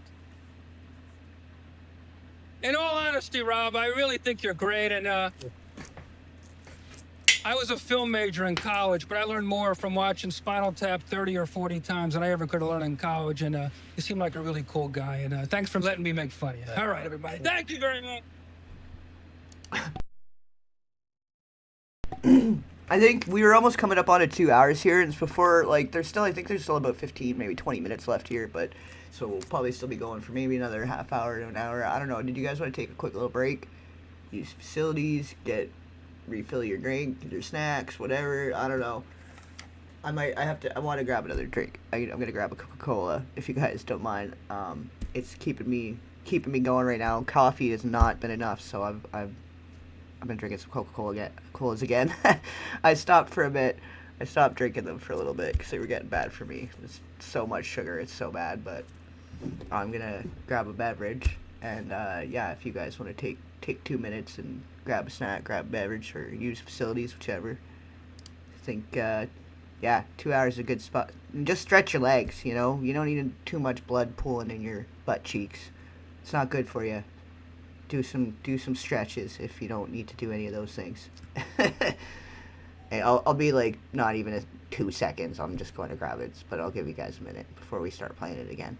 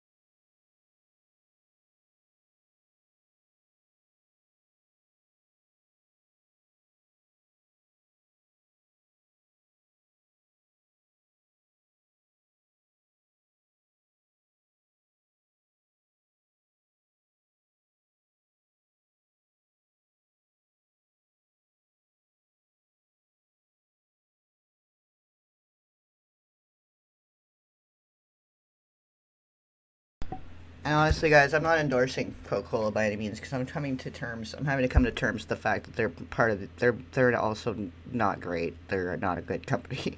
They're not good to their people. They're all bad. All these big corporations aren't great. It's not good for you. This is garbage in a can, technically, for being real. And I've sworn off it for a long time, but every so often, I still have cola, I will admit. But they're not great. It's not good. And I just happen to be raised on it, and it just kind of got worked into my whole regime, routine, whatever. Coffee in the morning, Coca-Colas in the afternoon, or whatever. Get the caffeine, keep the day going. But yeah, like I'll give you guys still another moment. Yeah, you're gonna take the dog out. No worries, Kev. And I'm gonna catch up with the chat too here, because I feel like I let it get away from me again a little bit before we continue the playing. But yeah, no, I definitely, like, I wasn't expecting there to be so many little gold nuggets in the commercials as there's been, so that's been fun. That's been cool. Well, it was a Conan's party that Nick went off on his dad at. They were at the Conan O'Brien Christmas party the night before, and Nick had gone off at Rob, and they all left the party early, and whatever happened in between, and at 4 a.m. Nick had checked into a hotel in Santa Monica, and he didn't check out formally, he just left, and when they went in to clean the room, it was full of blood. And somewhere in between there, they had apprehended him for questioning, I guess, or whatever, and then took him into custody and so on and so forth, right? But it was a Conan O'Brien party that he started screaming at the dad very loudly, big argument in front of everybody. It's something like he really wanted everybody to hear it, is kind of the way I'm taking it, you know what I mean? So, you're a Pepper, you're into the Dr. Pepper, yeah. Everybody was like, everyone had a family thing, like every family had a different thing. Some people was like a Crush family, like you liked your cream soda or whatever. Some people were into like the Dr. Pepper, some people liked like Mugs or whatever, root beer, Barks has Bite or whatever. I think you were just kind of designated a favorite soda when you were a kid, and it's just what it is. But yeah, so I don't know about Conan now too, because like if this is all the people they were growing up around, and this is like he obviously had a really bad issue, and what they were saying about his behavior at the party, they were saying about how uncomfortable it was making people and how disturbing it was and all this stuff. Well, like obviously he just like didn't want to be there and like didn't want to be part of any of it, but he didn't have a freaking choice. If he wanted financial support and be able to get the help he needed and be able to pay for whatever therapy, medications, whatever the fuck he was needing because of all that trauma from his childhood, and after going through all that rigmarole with the homelessness and all of that, he didn't have a choice. It's like you're going to be part of this family or you're not completely. It's like completely in or completely out, no in between us. And no wonder, like no one you expect. How else do you expect him to react when you're forcing him? He's being forced, right? Oh, are you talking about Jerry Lewis, like his cousin, the 13-year-old cousin situation? Oh, it is good, though, when you haven't had a cola for a while. I'm not gonna lie. It's very refreshing. So bad. It's so bad. The sugar... Do you know that sugar actually stimulates the same part of your brain as cocaine? And it's like it's almost more addictive then because it's in everything and it's so easily accessible. Just for a fun factoid. And Coca-Cola originally had cocaine in it, so they like really were putting it... They really wanted to get people on the shit, you know? Something about that receptor in the brain. They really wanted to stimulate that for some reason. And I don't know why yet exactly. I guess I kind of know why now. It's starting to come together, but I feel like all of that was part of them kind of experimenting with stuff and putting things into the general public in a way. Because they were putting it in everything. Like opioids, too. Like heroin and cocaine were in cough medicine for kids. Like toothache medicine. It was in everything. Oh, the mom's getting tired of doing all the shit at home and she's getting, doesn't have patience for the kids, give her a laudanum or whatever. Like, give her some opioids to just cool her nerves. Have over dinner with a wine and a cigarette or whatever, you know what I mean? We had a weird time back in the day, and it's part of why we have all the problems we have now, you know? But I guess, yeah, I think that's been long enough. I think everybody's just about back here. Are we all back? We're all ready to rock and roll for this last little chunk here? You like a nice, yeah, we all gotta have a guilty pleasure, man. You get older and you can't do shit, you know? Everything starts to ache and all this stuff. Not quite there yet. I do still some stretching and I'm trying to be ahead of all that stuff. But the colas, I used to drink so much of the shit and I look at it now, I'm like, how am I alive? How is my stomach, how do I have a stomach lining still? You know what I mean?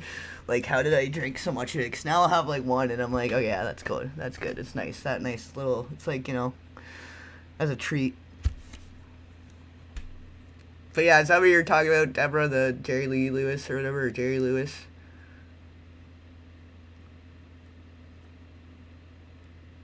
Yeah. Well, we put up with enough shit. We gotta have some guilty pleasures, and if it's just things like dark chocolate and Coca-Cola, I think we're probably doing fine, guys. As long as it's not, you know, caviar out of a 10-year-old's ass on an island. Pretty much do whatever the fuck you want. That's pretty much where I draw the line. Do whatever you want. Just don't fucking bring harm to kids. Don't trespass against kids. Stop being weird with the fucking kids. Maybe we just try that, and then maybe society will just naturally get better, and there won't be so much trauma, which means there won't be as much addiction and homelessness and all of the things that come along with trauma. Maybe we could try that. Alright, anyways, let's continue, guys. I think, what has that been? It's been like 2, 3, 4 minutes. I think we're good. Yeah? Yeah, alright. Jeffrey Ross, the master of innuendo.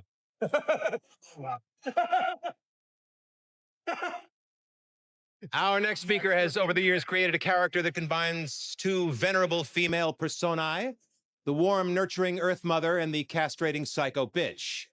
She starred in ABC's Grace Under Fire till the fire got out of hand, and now she's developing a new series for ABC, the network that apparently never learns. She's America's favorite relative we don't ever talk about. Please welcome actress, author, comedian, recovery expert, Brett Butler. Oh, she's gonna be funny. I'm excited for this. I feel like she's gonna be funny in a good way. Not make me feel uncomfortable. That'd be great.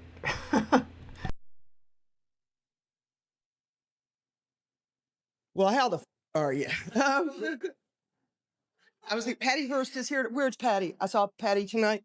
You look so, I love what you have on, because I thought what you wore at the bank made you look boxy. It's-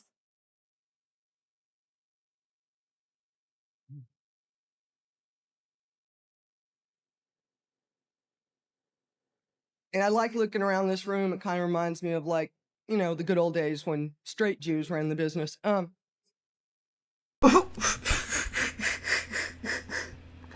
Okay. Starting off with a great big flashbang. Here we go.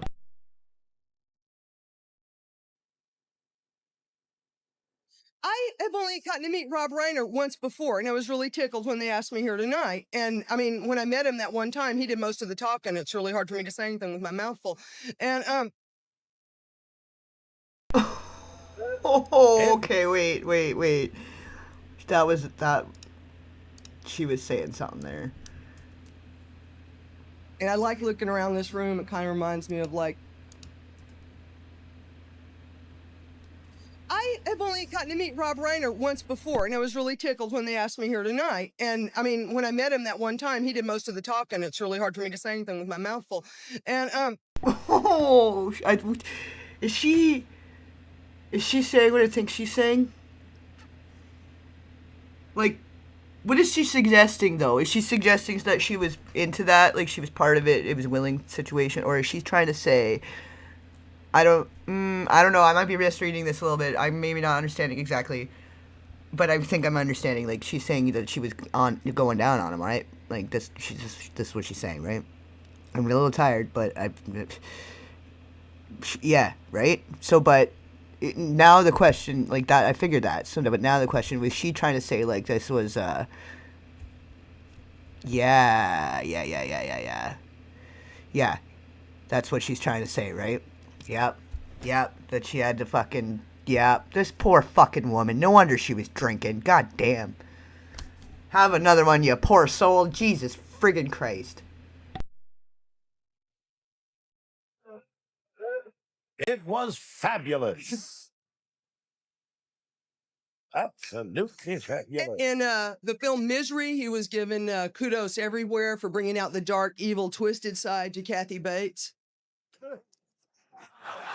I worked in a film with Kathy Bates last year. Honey, you didn't bring out.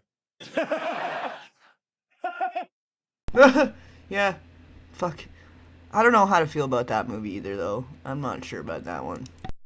I'm not sure about Stephen friggin' King, to be honest. I was just like, I don't know, that one's a wild card. Like, if we're gonna talk about the end of the book, the It book, it's never been in the movies. They've redone the movies tons of times. But at the end of the book, something fucking weird there, and I feel like that's more why he got a career, because he was catering to certain kinds of people versus actually being a good horror writer. Because I can think of probably like 3 or 4 way better horror writers that deserved way more kudos. Fuck. The whole industry, man. God damn. Well, I gotta find that clip where, what was it? A couple years ago, the Grammys, not the Grammys, the Golden Globes or whatever, and what was it? Ricky Gervais or whatever? He did a good little speech about everybody being a PDF file. You know, you remember? Actually, I think that film was more of a triumph for James Caan. It was the first and only time he's been in on that end of a good leg thumping. I'm not saying James Caan is connected, but I hear he knows where Ed Pagoda's buried. I'm sorry. Okay, wait. What? Who's Ed Pagoda? I have to stop and look that one up. Some stuff I'm putting a pin into it. Look into it later, but we need to know what that is. Did she say Ed Pagoda? Maybe I'm not spelling it right. Do you guys know what she just said? What name she just said? Where he's buried? Ed Pagoda?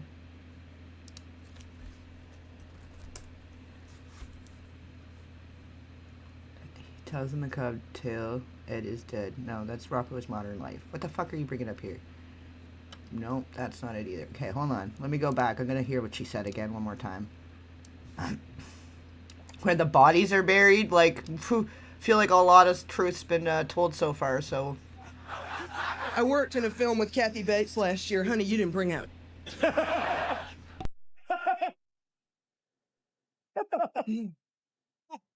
Actually, I think that film was more of a triumph for James Caan. It was the first and only time he's been in on that end of a good leg thumping. I'm not saying James Caan is connected, but I hear he knows where Ed Pagoda's buried. Oh, is it Vigoda? I was hearing a B, like Pagoda. Ah, frig's sakes. Okay, hold on, let me try that. Do you guys, is that the name? Do you guys know who she's talking about? Vigoda, Abe Vigoda is a guy. Yeah. Okay. The Godfather.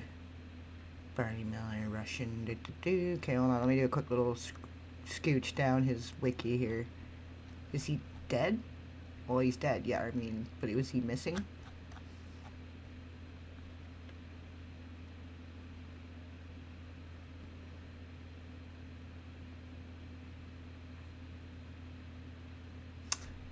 He wasn't included in the memorial reel of the Academy Awards for whatever reason. His funeral was held on January 31st, 2016, but it's saying he died of natural causes on his 95th birthday in his sleep. He had gone there to escape the hazards of a blizzard. He was at his daughter's. So I don't know what she's saying. Let me go back one more time.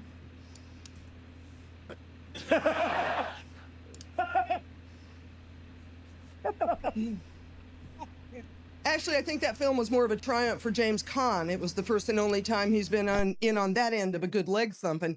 I'm not saying James Caan is connected, but I hear he knows where Ed Pagoda's buried. Okay, but he's saying where he's buried. He would have been alive then, so I don't know. That's weird. I don't know what she's trying to say here. Oh, I love Abe so much. I just feel like Abe Pagoda's cock tonight. We both risen from the dead. I guess he's just that old. Oh, he didn't like that one. Did you hear that? He didn't even hear it. He couldn't even hear it. Okay, he's there. He's just that old that she's making a joke that he's, yeah. Controversy wasn't a scandal, but a series of famous Oh, okay. So that's why. That's why then. Alright, I was like, I'm missing a joke there. I'm not picking up on it. Yeah, alright, that makes sense then. Thank you, Sindri, and welcome. I apologize if I didn't see you come in there and I haven't welcomed you yet. Yeah, okay. Yeah, and I recognize him. Once they showed him again, I recognize him too, so I don't know. He's just a little bit before my time, I think, though. It's more of like I recognize the face, but I couldn't put a name to it. And I just want to say I think you're terrific and all your friends are. So I just hope you have a good time and thanks a lot. Thank you.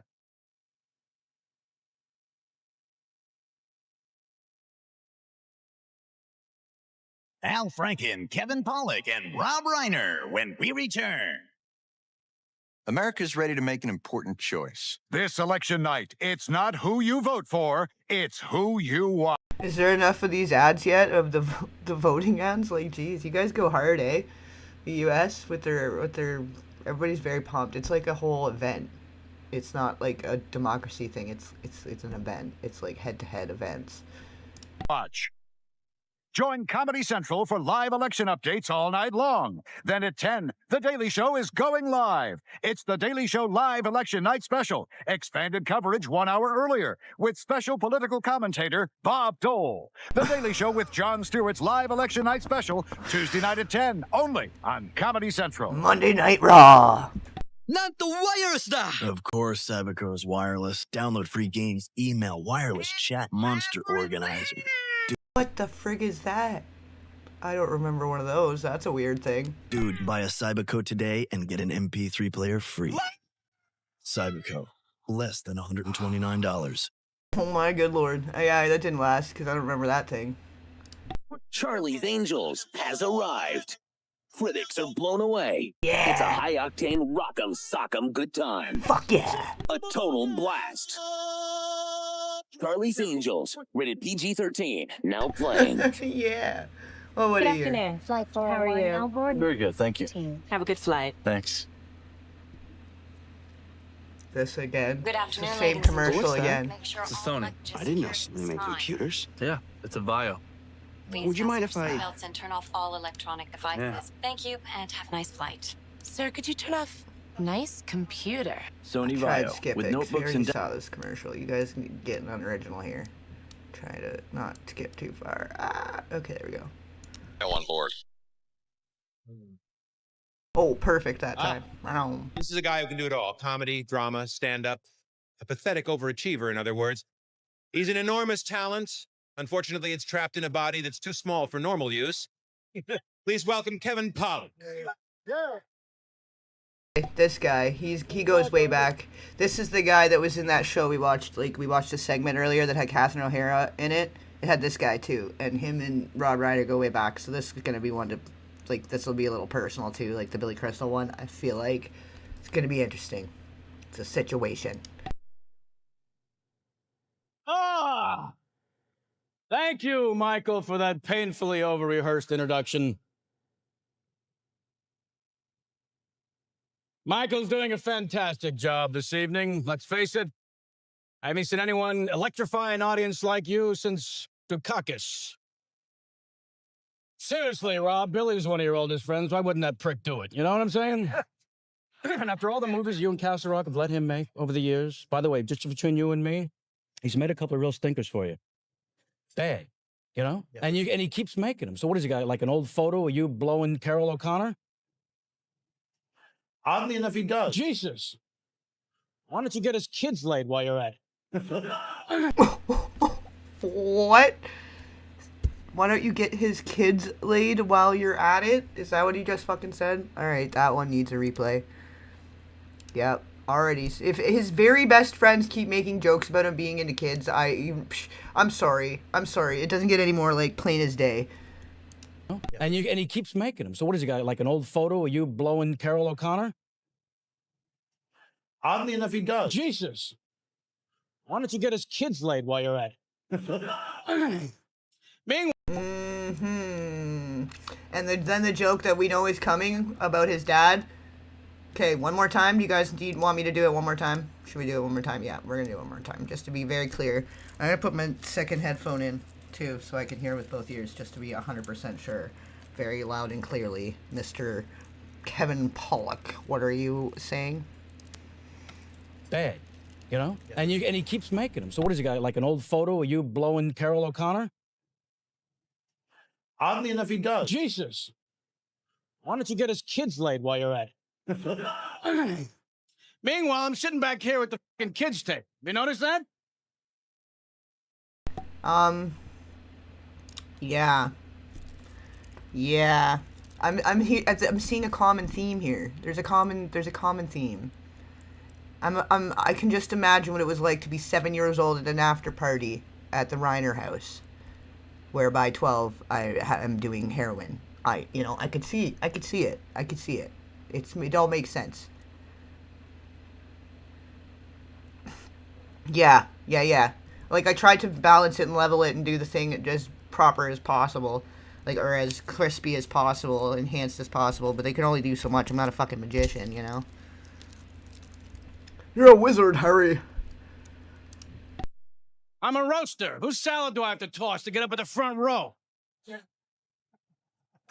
Michael Spinks is sitting at the front row. Of course, he doesn't know that.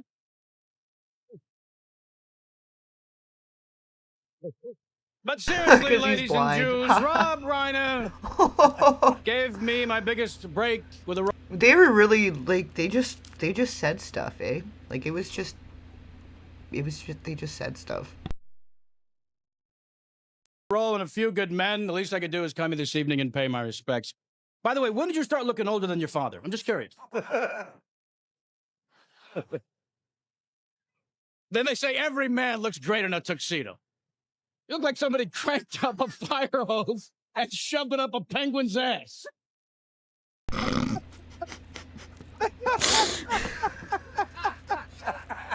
In addition, That was pretty good. there's something about this Mary that you probably don't know. That's right, Rob Reiner is a huge homo, big fag. Not that that's a bad thing. Of course it isn't. Not unless you're me. And in order to get a role in A Few Good Men, you had to let this Jewish Paul Bunyan ride your rectum around the room like a Shetland pony.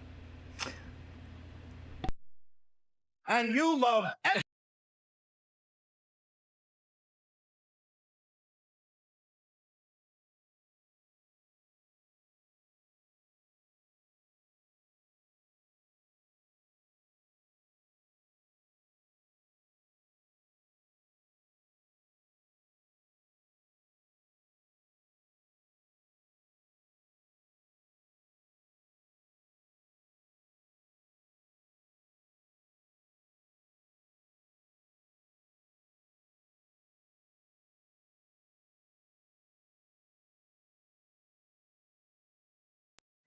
Then they say every man looks great in a tuxedo. You look like somebody cranked up a fire hose and shoved it up a penguin's ass.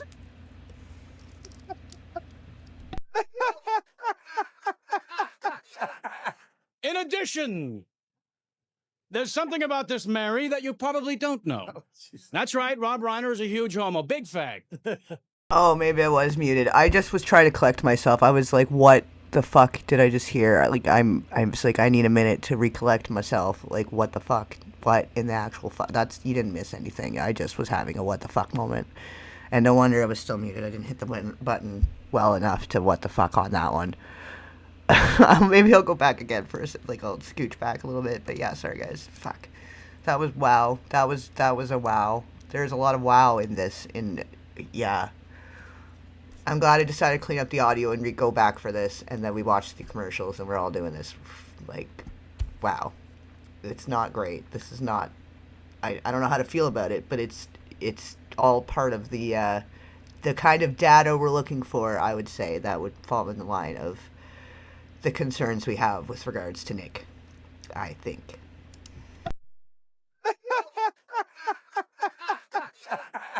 In addition, there's something about this Mary that you probably don't know. That's right, Rob Reiner is a huge homo, big fag. Not that that's a bad thing. Of course it isn't. Not unless you're me. And in order to get a role in A Few Good Men, you had to let this Jewish Paul Bunyan ride your rectum around the room like a Shetland pony. and you love every second of it. Also true. Having said all that, you're... Wow. Okay, one more time, because just, like...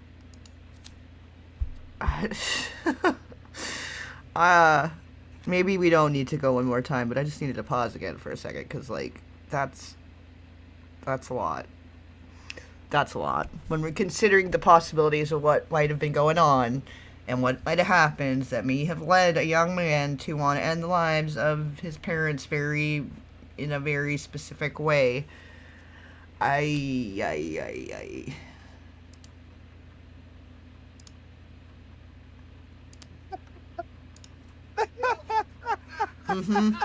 Mm-hmm. Very much so. There's something about this Mary that you probably don't know. That's right, Rob Reiner is a huge homo. Big fact. Not that that's a bad thing. Of course it isn't. Not unless you're me. And in order to get a role in A Few Good Men, you had to let this Jewish Paul Bunyan ride your rectum around the room like a Shetland pony.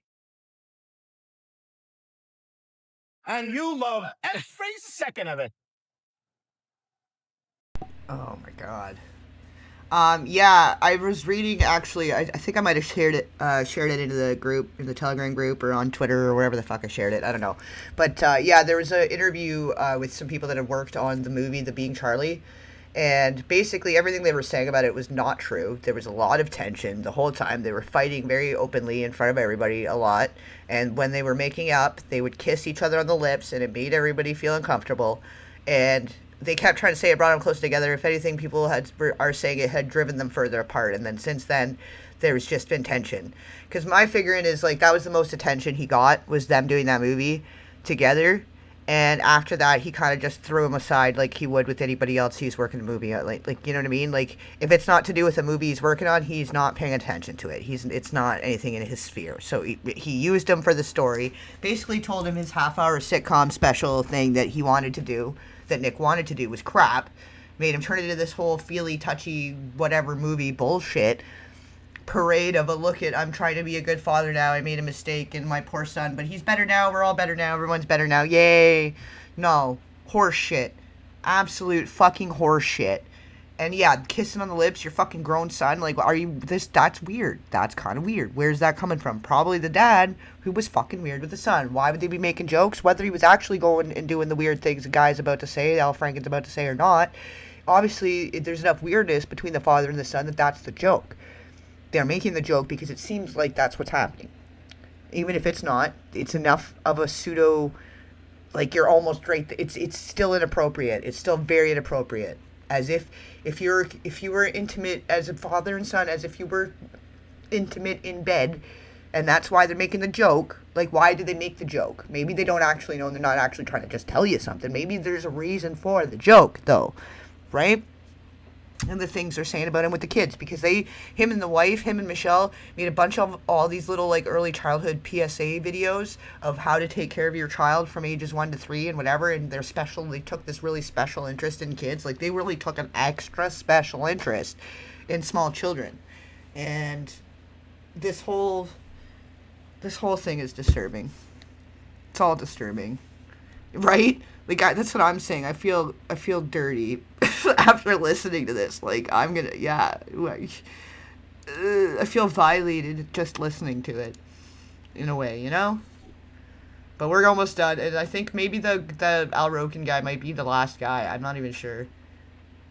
I don't know. We're gonna find out. Also true. Having said all that, you're a brilliant and original craftsman, a loving father. A loving father to your own, if not all kids. And on a personal note, thanks for loaning me the keys to the castle. I love you, Robbie. Thanks. What does that mean? Thank you for lending the keys to the castle and all the love of your kids. And he laughed pretty hard about the loving his kids thing. I don't know. He thought that was pretty funny. I just don't know. I just don't know, man. How did we not, like, who was in charge? Where were the adults when we were kids, guys? Where were all the adults? What was happening? What was going on, man? Because if this was a funny little comedy night special, this was normal. This was normal. Good times. Good times. I don't watch a lot of that either. Like, I don't watch TV in the way most people do. And a lot of stuff I do end up watching is just for research purposes. It's all part of an investigation in some way. Like, I'm very fixated all the time on, like, raising the awareness and fucking eradicating this plague on Earth that we're slowly but surely finding out has infected the whole fucking, all across the fucking nation, man. But,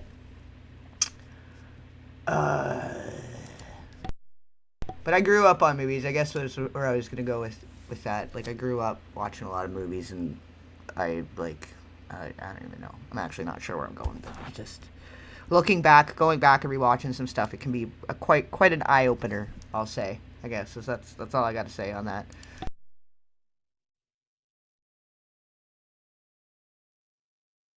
I first met our next speaker in LA in 1975. He and his partner, Tom Davis, had just arrived from the Midwest. Then it was on to New York as charter members of Saturday Night Live's writing staff.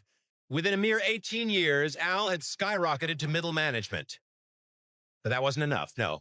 Always a political animal, he has parlayed his homespun fanaticism into a cottage industry. Please welcome Al Franken.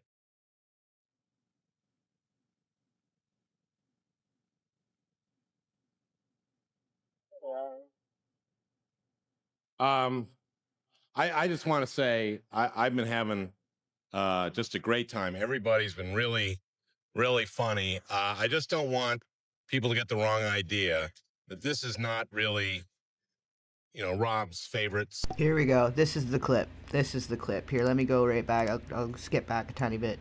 This is the clip that I shared this morning. I just want to say I've been having just a great time. Everybody's been really, really funny. I just don't want people to get the wrong idea that this is not really, Rob's favorite style of humor. What he really enjoys is what I do, which is far more substantive. But I have to tell you that Rob has devoted himself to seeing the kids from birth to age 3 get the kind of nurturing, intellectual stimulation, love, really, that will make them grow up to be a fully functional, happy person, unlike, say, Brett. And it's a great thing. Most people don't know where this comes from. And Rob doesn't like to talk about it because he's kind of a modest guy. But it comes out of his own personal experience. See, as a baby, Rob was routinely beaten by his father, Carl. Rob believes that this early physical abuse had a profound effect on him as an adult and led to the horrible failure of Ghosts of Mississippi. You didn't go for North on that one. Just curious. Exactly. What possibly could explain North? I helped them out. On a typical night, Carl would slip into Rob's bed, Jesus. roll him over, swab him down, and say something like, "I'm thinking about hiring Maury Amsterdam to play Buddy Sorrell. What do you think?"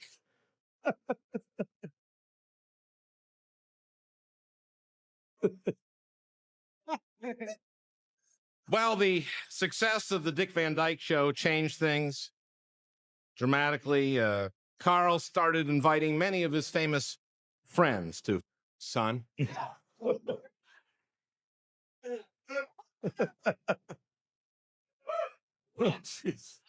And that list includes some of the greats in comedy.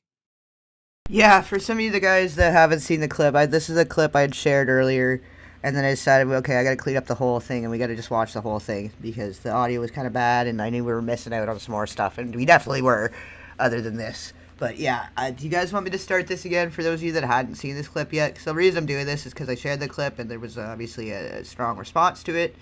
One more time for everybody. We're going to restart it. Just so we're all on the same page here, because this is the clip. I just want to say I've been having just a great time. Everybody's been really, really funny. I just don't want people to get the wrong idea that this is not really, Rob's favorite style of humor. What he really enjoys is what I do, which is far more substantive.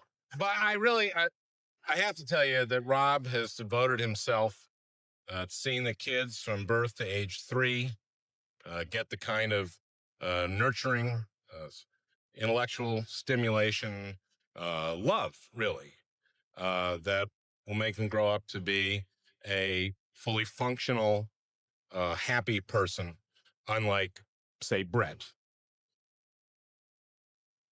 And it's a great thing. Most people don't know where this comes from. And Rob doesn't like to talk about it because he's kind of a modest guy. But it comes out of his own personal experience. See, as a baby, Rob was routinely beaten by his father, Carl. Rob believes that this early physical abuse had a profound effect on him as an adult and led to the horrible failure of Ghosts of Mississippi. You didn't go for north on that one. Just curious. Exactly. What possibly could explain North? I helped him out. On a typical night, Carl would slip into Rob's bed, Jesus. roll him over, swab him down, and say something like, "I'm thinking about hiring Maury Amsterdam to play Buddy Sorrell. What do you think?"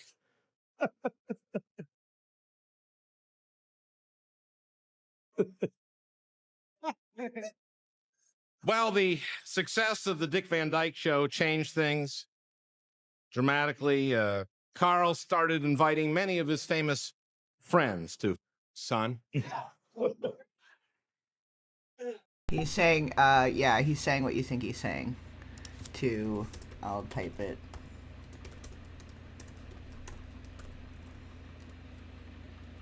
That's what he's saying. I gotta just, for replays too, because sometimes too, like the live chat doesn't save. Like even if you have it switched on to be like live chat replay, so when people rewatch it, they can see what people were saying. It doesn't do that anymore. So we got it in the chat. We got it on the thing now. We're gonna do it that way from now on, because I'll put little notes sometimes in the chat with, so to say it without saying it. Kanye West, Baby North. No, I don't think that's what they're talking about. I think they're talking about a movie. How old is Nick? Nick right now, I think, is 34. I believe. No, he's 32. It's the older brother's 34. He's 32 right now. And he would have been 7, though. When this was airing, he would have been 7 years old. And his mother in the crowd with his father on the stage, them talking about how much he's into children. So that was pretty cool. That's pretty cool. I wonder if he was watching from home that night. Maybe he wasn't allowed to, but he did anyway. Even things like that is like, that's gonna warp your mind when you're a little kid. Like, that's fucked up. What kind of jokes were they telling at these parties and stuff, Like, what kind of atmosphere did this kid grow up in? In the year 2000? He was born in 1993. I believe. I could be wrong. I don't know. It's been a long week, and I've been doing a lot of different projects at once lately, so... Okay, let me bring this up now, because now I'm doubting myself. I thought it was 1993.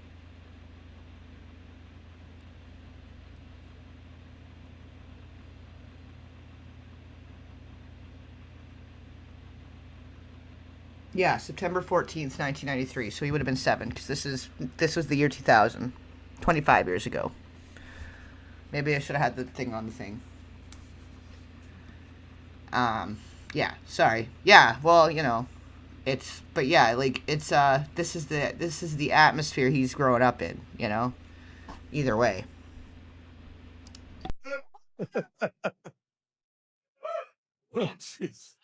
And that list includes some of the greats in comedy. Paul Lynde.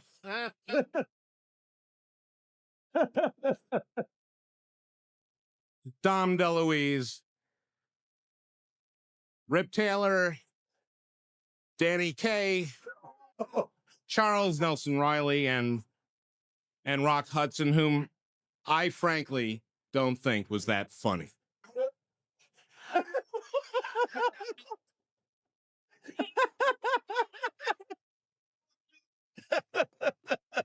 Rob, I love you like a brother. Wait a minute. Don't love me like a brother. What did his brother do to him? If he thought it was really funny about what they're saying about what his dad did to him, then he's like, no, don't love me like a brother. What did his brother do? Does he have a brother? Is there a brother?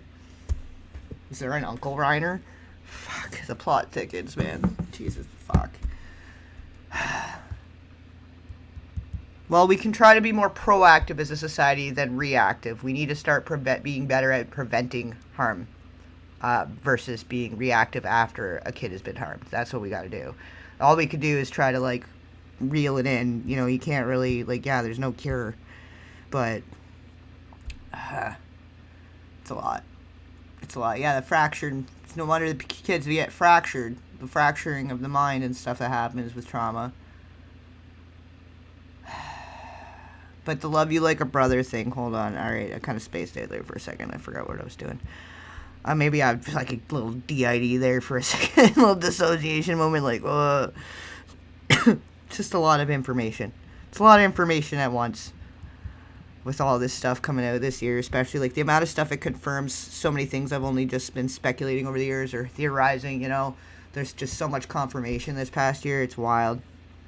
Wild. Feeling less crazy all the time. It's great. But then also other things kind of is like going to drive me crazy because the world is fucking crazy. Early life. Here we go. Robert his parents, siblings are... There are... Oh, yeah. No, okay. So he does. Annie Reiner and Lucas Reiner. So what's going on with Lucas Reiner? Don't love me like a brother. Also, I thought it was interesting, this just to, like, going back to a whole other interview, it's not even in this one, but one of the interviews that I shared, that we watched it on the live stream, I think. It was one of the ones we watched together. He was saying about how the dad got him and the brother a wrestling mat, and they were all into the wrestling thing and whatever, and, like, first off, there's the Ring Boy scandal. Like, there's a lot of stuff going on there about that. But I can't help but think that maybe, based on the TW theory, that he liked watching them play fighting, and he probably got them all the little outfits and the whole fucking 9 yards, too, you know what I mean? And what was going on with the brother, with Rob's brother, like, cause the situation with Jake and Nick, there's, like, a situation, like, Jake is the favorite, basically, and, like, they did everything together, they bonded over everything, they had a really great relationship, where Nick was the odd one out. But yeah, he was talking about the whole wrestling mat thing and the brothers and how he was really into it, and it was weird. It was a little bit weird. Like, now that we've watched this, and this is kind of confirming something, it's making all the other stuff a little more weird. You know what I mean? No, and all kidding aside, it's been a great evening, and thank you for doing so much to make sure that no other kid ends up like you. Thank you, Al. Stay tuned for Rob Reiner's Revenge. Here we go. If we can turn one big star to ashes, why not try another? Comedy Central's throwing Drew Carey back into the fire. Want to watch him burn?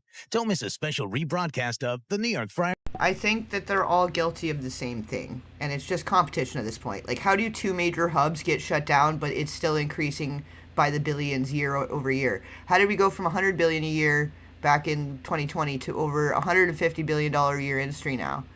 If all of this hubs and all this trafficking rings have been shut down, and Trump's doing so much to eradicate it, why is it increasing? If he's not just eliminating competition, why is it increasing? If he's doing so much to save the fucking children, why did it explode by like 50 billion fucking dollars in a very, very short time? What was Operation Warp Speed about? How many kids did he lose at the fucking border? What was that? Like, I can't remember exactly what it was about, but there was a bunch of kids lost at the border. Like 400,000 kids got lost at the border. They got separated from their parents, and nobody could track them down. They got lost in the system. I'm sorry, but you guys need to realize, like, this is a fucking overall situation. There's no one good side. If you're in power and you're the meat puppet for the elites in the political realm, like, you're not good people. Trump is not a good. If you look into his history and what like, he owned the teen pageant companies and all of these funnels that were happening with the Epstein thing, and he was like the liaison. If you go back in the history and you start reading, you look at everything together, he was the liaison between what was going on with Diddy and what was going on with Epstein. Like, let's be so fucking for real. Can we be so fucking for real? Like, all of them. Like, why do you think you're not getting the files? Why do you think there's no files? Like, let's be so fair. As a Canadian, maybe I can see things a little different. I can see where everybody's in a little bit of a tunnel vision situation, and with politics and everybody just dying for a savior. And it's just, everybody really hoped it was going to be Trump. But if anything, Trump, it was the bait and switch. It wasn't a stolen election. Biden was always meant to be the fall guy for everything he set up the first round with Operation Warp Speed and the lockdowns and all the other fucking shit that just went down. And now he's coming back looking like a fucking Bed of Roses fucking savior hero guy. No. Why do you think all this certain things happened right when all this stuff was coming out in 2019 with the Epstein stuff? And everybody started to talk about the Nexium thing, the Cappy shit. What? Like, maybe it's not as easy to see when you're living right in the thick of it. I can understand that. But if you guys don't see it at this point, that, like, Trump is not saving you. Trump is not saving you. And I'm not saying that he's doing anything illegal or anything against, like, that's not decided by the court. I don't know. But he has, how many convictions does he have also? How many charges for assaults and stuff? Didn't he say something about grab her by the pussy? Wasn't that his, like, catchphrase the first time around? And you guys were like, yeah, sounds like a great guy. Didn't he make comments about his fucking daughter? Isn't there, like, full-on photo shoots that it seems like very inappropriate with his daughter? All of them, pretty much, the whole time. Like, he literally said, if that wasn't my daughter, I'd be dating her at one point. Was that not, like, do we have that much of a separation of reality between that 2 to 3 years that they locked everybody down and got everybody scrambled and in survival mode and everybody was living in fear and it was all crazy? So everybody just forgot what was actually going on. It was like a memory hole. Everybody got put on a memory hole. Anyways. Also, I don't want to leave this earth. I'm mentally safe and sound, of sound mind, or whatever. You guys know what I'm saying. I don't want to die. I gotta be careful what I'm saying. I probably shouldn't have just gone on that rant, but it's true. It's fucking true. And you all fucking know it. You know it. All these people, the Trump derangement syndrome. You know what the Trump derangement syndrome is? All the people in the Trump cult that think he's gonna fucking save fucking shit. And he's not just filling his fucking bank on crypto schemes and bullshit. It's a bunch of bullshit. Let's be real. Let's be very, very for real.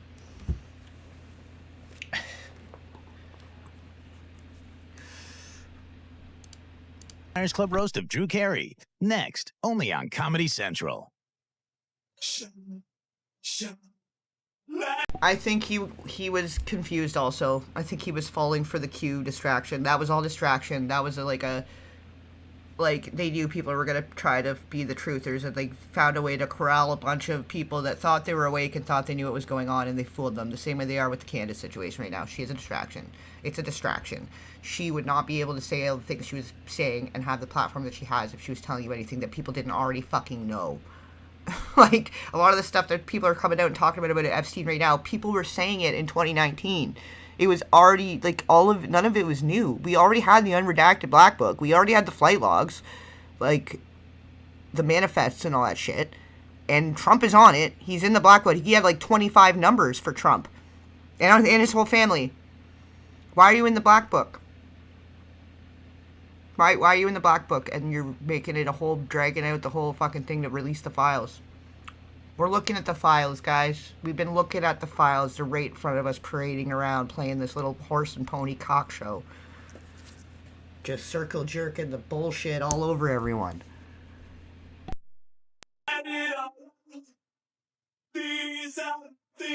In the 80s, we danced to a new beat. Presenting modern rock, 24 new wave dance Shit. hits. Don't turn around. Jojo, the commissar's in town. Oh, tainted love. All your favorite 80s dance hits. You know, classics. Get modern. Sounds weird without the background music. Very weird, but it's fun. That was fun. It's a fun little interlude in between. Rock on 2 CDs or 2 cassettes for just $12.99. I'll stop the world and melt with you. Plus, order with your credit card and No, the background music's taken out. It all sounds really weird because it's just the singing, because the music's taken out. See, I knew something like that was going to come up, though, and they could copyright, take it down. They'd take the thing down if they wanted to, if that music, the full music was in there. That's what I kind of was worried about with. That's why I took the music out, just in case. And they do. They have snippets of real music that we might have to worry about. But so we get just the singing. It's kind of funny. It's a little funny. get this free bonus album featuring fine young can. Yeah, it's not the full audio. It doesn't have the music with it, so it makes it sound horrible. It's not that bad. That's all very good classic 90s type music, like 80s, 90s. It's actually all very good music. Those were all wicked tracks, but you're not hearing them properly. Sorry, guys that don't know the originals and what they're supposed to sound like there, because that's awful. Let me know why. These are all so good. Just $12.99. Yeah, we can so dance good. if we want to. We can leave your friends behind. Cause the friends don't dance, and if they don't dance, well, they're no friends of mine. Yeah, these are all classics. Can we get... Oh, Kipper. Mud Kipper. Does this still work? Can I get this cassette tape? Because I kind of want it. It's all these really good hits. I kind of want this tape. Can I get the cassette tape? Does this number work? Oh, it's some good shit. It's not as good without the actual music, but it's still pretty good. 34 felonious charges. 34, senor and senorita. 34 felonious, heinous crimes. Especially heinous. Yeah. So there you go. There you go. Tell me what. Tell me he's a good guy. Please try to prove me wrong. Prove me wrong. Tell me he's such a good guy. You want it too? Yeah. Like, can we have this? Can we have this cassette, guys? Can we get this? This is the best part. Yeah. This is so good. Yeah. Yeah. Can we just do cassettes? Can we go back? Can we just go back to cassettes and mixtapes and fucking before everybody was a PDF file?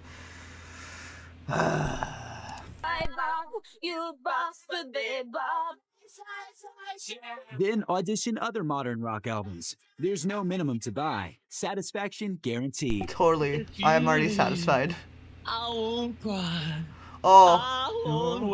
Modern rock not in stores. This one goes out to the one I love. No, they're so good. So, order Holy with your shit. credit card and get 3 Fuck yeah. albums for just $12.99. Oh my god, all day. All day. That's a sweet fucking deal. That's a sweet fucking deal. It's not a cassette. I thought it was it said or cassettes. 3 CDs or cassettes for $12.99. That's a fucking steal. That's a wicked. That was a wicked. That's a big wicked mashup. Unassigned. Womp womp. Thank you, Mudskipper, for being such a good sport. You're awesome. You're fucking awesome. 10 more points to Gryffindor. Thank you. Damn. I need to have I need to listen to more of those tunes after this, though, and get it out of my brain now, because they're going to be stuck in my brain if I don't listen to them now. But those were all really good. Oh, come on, Eileen. I swear what I need. I don't remember the words to it, but I remember how it sounds. Yeah, so good. What an era.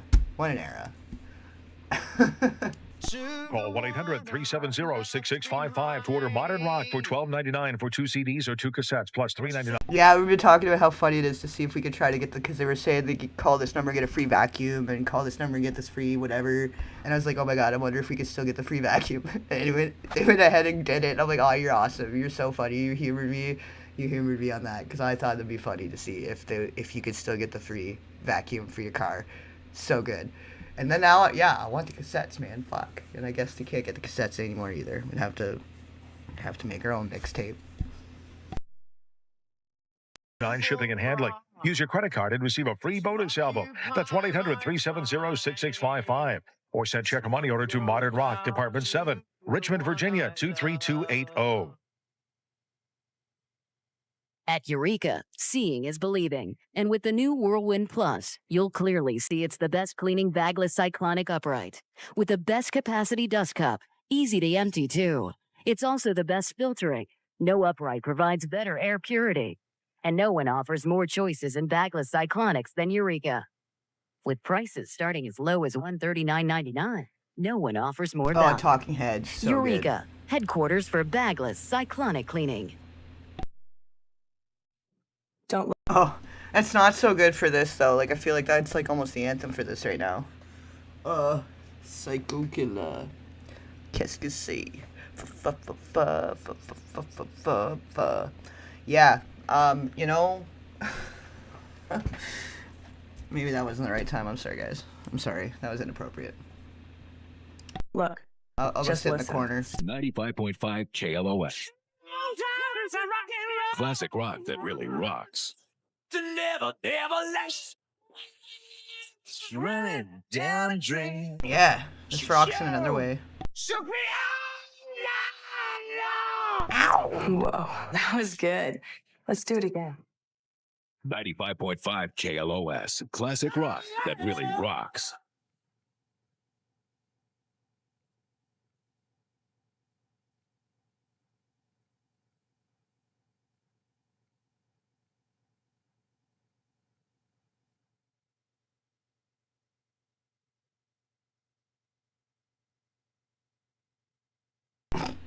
At American Airlines, we've removed seats throughout coach to give you a little more room where you need it most.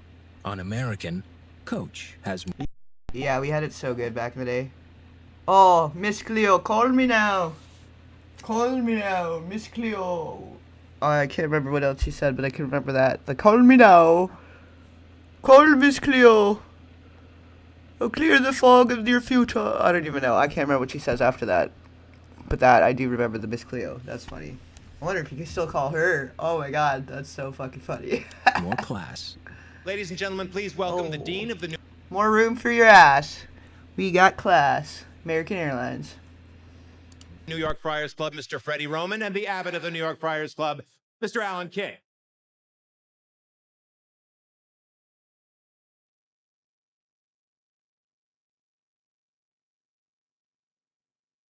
Ladies and gentlemen, having been the roast master at several of these events, a huge round of applause, Mr. Michael McHale.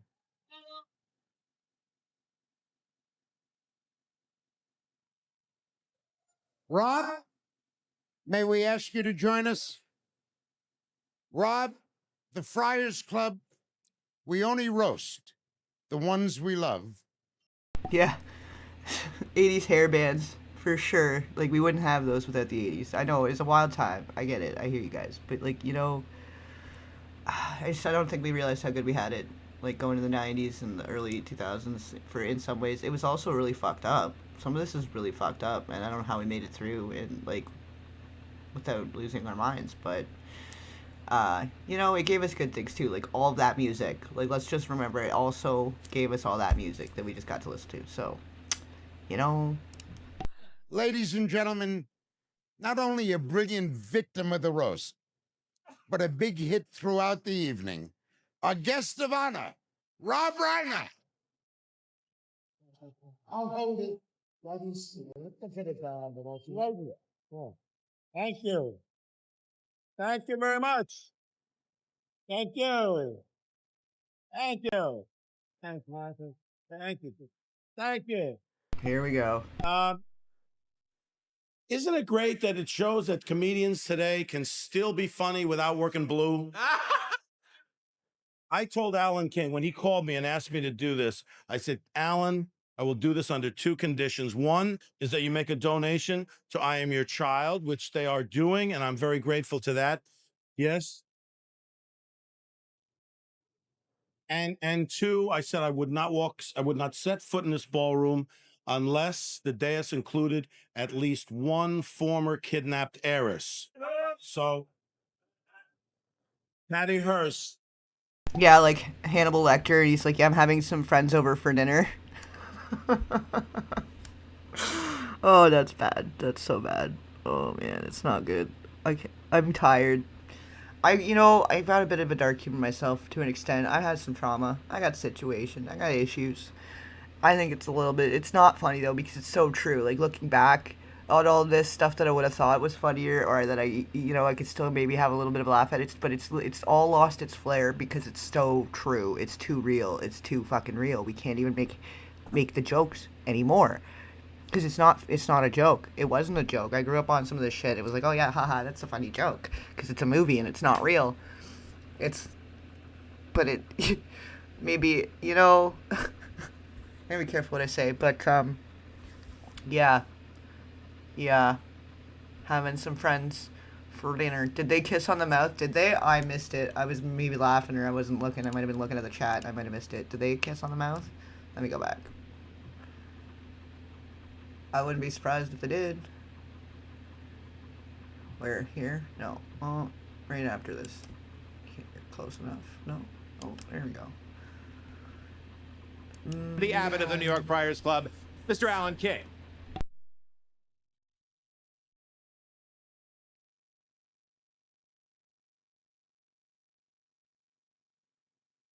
Ladies and gentlemen, having been the roast master at several... I missed that too. The working blue. True, you're right. Yeah, yeah. And I missed if they kissed themselves again. I got distracted by the chat again. My bad. One more time. Most. On American, Coach has more class. Ladies and gentlemen, please welcome the Dean of the New York Friars Club, Mr. Freddie Roman, and the Abbot of the New York Friars Club, Mr. Alan King.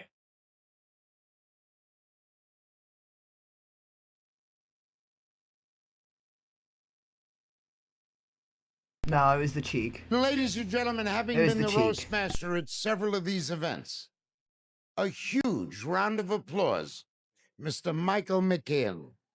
What? Patty Hearst? Are you saying she was here? Doing this? I might have missed something there, too. Yeah, he had to dodge it. He had to, like, turn his face. It's like, get away from me, man. Fuck. I missed something then. I must have missed something there. I am getting a little tired. Close. Phew. Yeah, I must have missed something. Let me go back. Hold on. I must have missed something there. Let me go back. Maybe I'm, like, dissociating through it or something. At American Airlines, we've removed seats throughout coach to give you a little more room. Too far. More space for your ass. There we go. Thank you. Ladies and gentlemen, having been the roast master at several of these events, a huge round of applause. Was that her, the blonde? That girl in the audience, is that who you're talking about? I don't know what she actually looks like. I feel like I've read about it, but I'm not sure if I ever knew what she looked like. Is that who you're talking about? This woman? I don't know.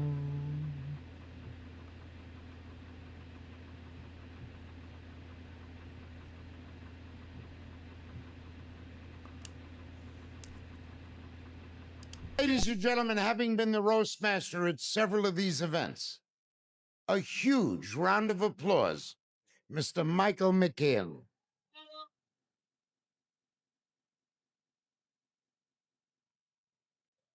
Rob, may we ask you to join us? Rob, the Friars Club, we only roast the ones we love. Ladies and gentlemen, not only a brilliant victim of the roast,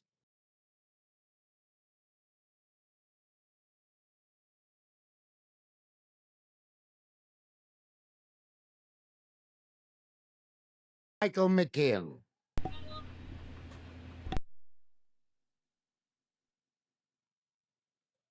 Rob, may we ask you to join us? Rob, the Friars Club, we only roast the ones we love. Ladies and gentlemen, not only a brilliant victim of the roast, but a big hit throughout the evening. Our guest of honor, Rob Reiner. I'll hold it. That is, look at it down, but I'll right here. Yeah. Thank you. Thank you very much. Thank you. Thank you. Thanks, Martha. Thank you. Oh, when he Thank starts you. talking. Okay, all right. Patience. Isn't it great that it shows that comedians today can still be funny without working blue? I told Alan King when he called me and asked me to do this, I said, Alan, I will do this under two conditions. One is that you make a donation to I Am Your Child, which they are doing, and I'm very grateful to that. Yeah, that's the thing to look into. The I Am Your Child. We were talking about the PSAs earlier. They took a very special interest in children specifically, and they've been poking at it and making a joke about it the whole time. But now we know sometimes that charities there's evil operating under the guise of good in such a way sometimes. No, he dodged it. He dodged the best kiss, I think. But yeah, no, I don't know. That I'm Your Child, I would want to look into that pretty fucking closely after this. Like, you guys are making these jokes, and he literally has a children's organization. Like, did they not realize how fucked that all was, or was that why everyone was drinking and doing drugs? I think maybe that's why everyone was drinking and doing drugs, because that is all fucked up. Yes. And two, I said I would not set foot in this ballroom unless the dais included at least one former kidnapped heiress. So, I'm sorry. Patty Hearst, if it wasn't for you, Patty, I wouldn't be here today. Hey, whoa, wait, what the fuck? And who was she? I know she's from something. I know I've read something, and it was like there was something weird. Hold on, let me look this up, because now I need to know. Oh, yeah, I hear ya. I wouldn't even know what to do with that right now. I'm like, it's my head full of so many things, and with this book thing, and with all this other stuff going on, so I might have to put a pin in that. Maybe, shoot me a DM on Twitter or something, or I don't know. I'm pretty tired right now, too, so I'm not even sure. Or there's a contact through the link tree thing. There's a few ways. Through Telegram, there's the group. There's a few ways to try to get in touch if you'd like to try to do that and let me know what you're offering me. I'm not in a good condition to make business deals. I'm very tired. It's been a long couple days. I'm gonna have to get a couple extra hours sleep tonight because it is catching up with me, and this cola is it's not even putting a dent in it. So I appreciate you, and I understand, and I appreciate all you guys. And I know it's just this time of year, too. Like, I couldn't really expect too many people to do much of anything at this point, right? It's like everybody's doing, a lot of people doing the holiday thing. A lot of people got kids. They got stuff going on, you know? Okay, Patty Hearst. That is the actual Patty Hearst, too. That's the actual one. Granddaughter, American Publishing, Hearst, kidnapped. She first became known for the events following her 1974 kidnapping by the Symbionese Liberation Army. She was found and arrested 19 months after being abducted, by which time she was a fugitive, wanted for serious crimes committed with members of the group. She was held in custody, and there was speculation before trial that her family's resources would enable her to avoid time in prison. At her trial, the prosecution suggested that Hearst had joined the Symbionese Liberation Army of her own volition. However, she testified that she had been trespassed upon and threatened with her life while held captive. In 1976, she was convicted for the crime of bank robbery and sentenced to 35 years in prison, later reduced to 7 years. Her sentence was commuted by President Jimmy Carter, and she was pardoned by President Clinton. Interesting. In the 90s, she began acting after being approached by film director John Waters. Which, John Waters, isn't he... Hold on, you guys got me in a rabbit hole here now. I'm just going to go real quick down the hole, and I'll be right back. I'll take you guys with me, though. I'll read it. He's a gay man. Supporter of gay rights. Advocated for the parole of Manson family member Leslie Van Houten. Interesting. I'm seeing some overlappingness. Oh, Cecil B. Demented. Okay. Interesting. And then what was she in? Prison life. There's no filmography? Patty Hearst filmography. Tell me what she was in, would you?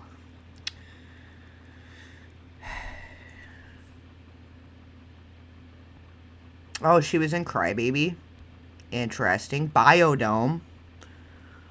Cecil B. Demented. Pecker. I'm seeing a pattern here that you guys probably don't even know right now, but there's... Okay. What is her deal, man? Who the fuck? Yeah, there's something there. I'm gonna have to read more into that another time. We're not gonna do that right here, right now.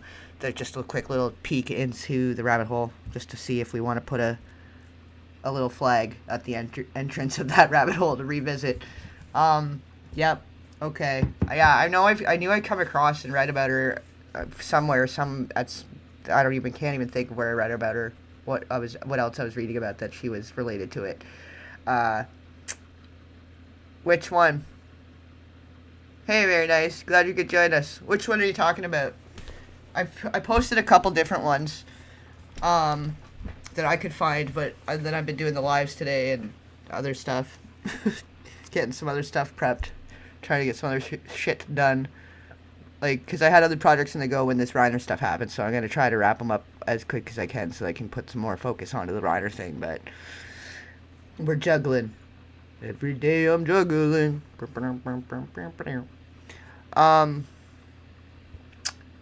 Yeah, but that's interesting. That's interesting, the Patty Hearst thing.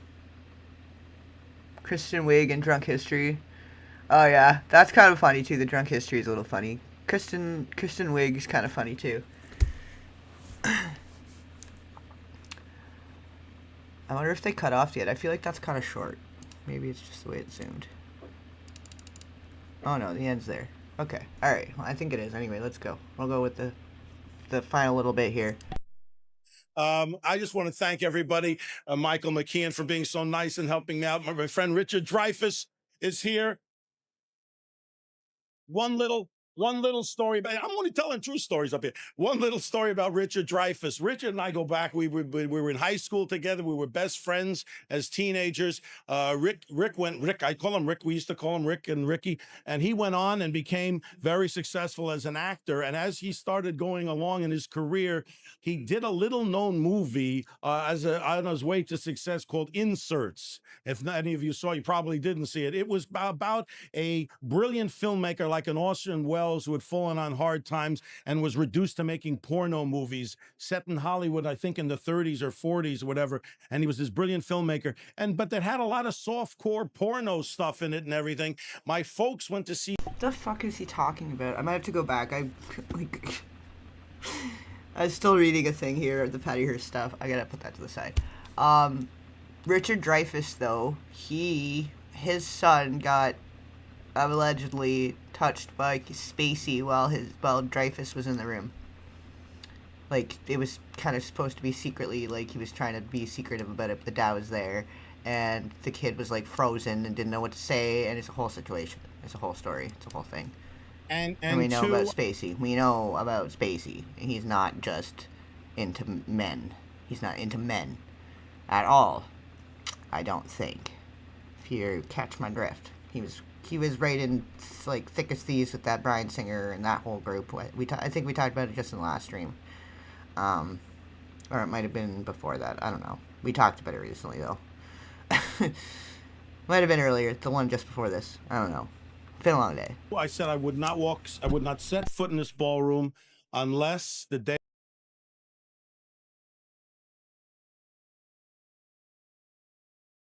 Isn't it great that it shows that comedians turn this over because I missed a little chunk of what he was saying. He was talking about porn and stuff. I don't know. He went off on some weird tangent. Thank you. Thank you very much. Thank you. Thank you. Thanks, Martha. Thank you. Thank you. Isn't it great that it shows that comedians today can still be funny without working blue?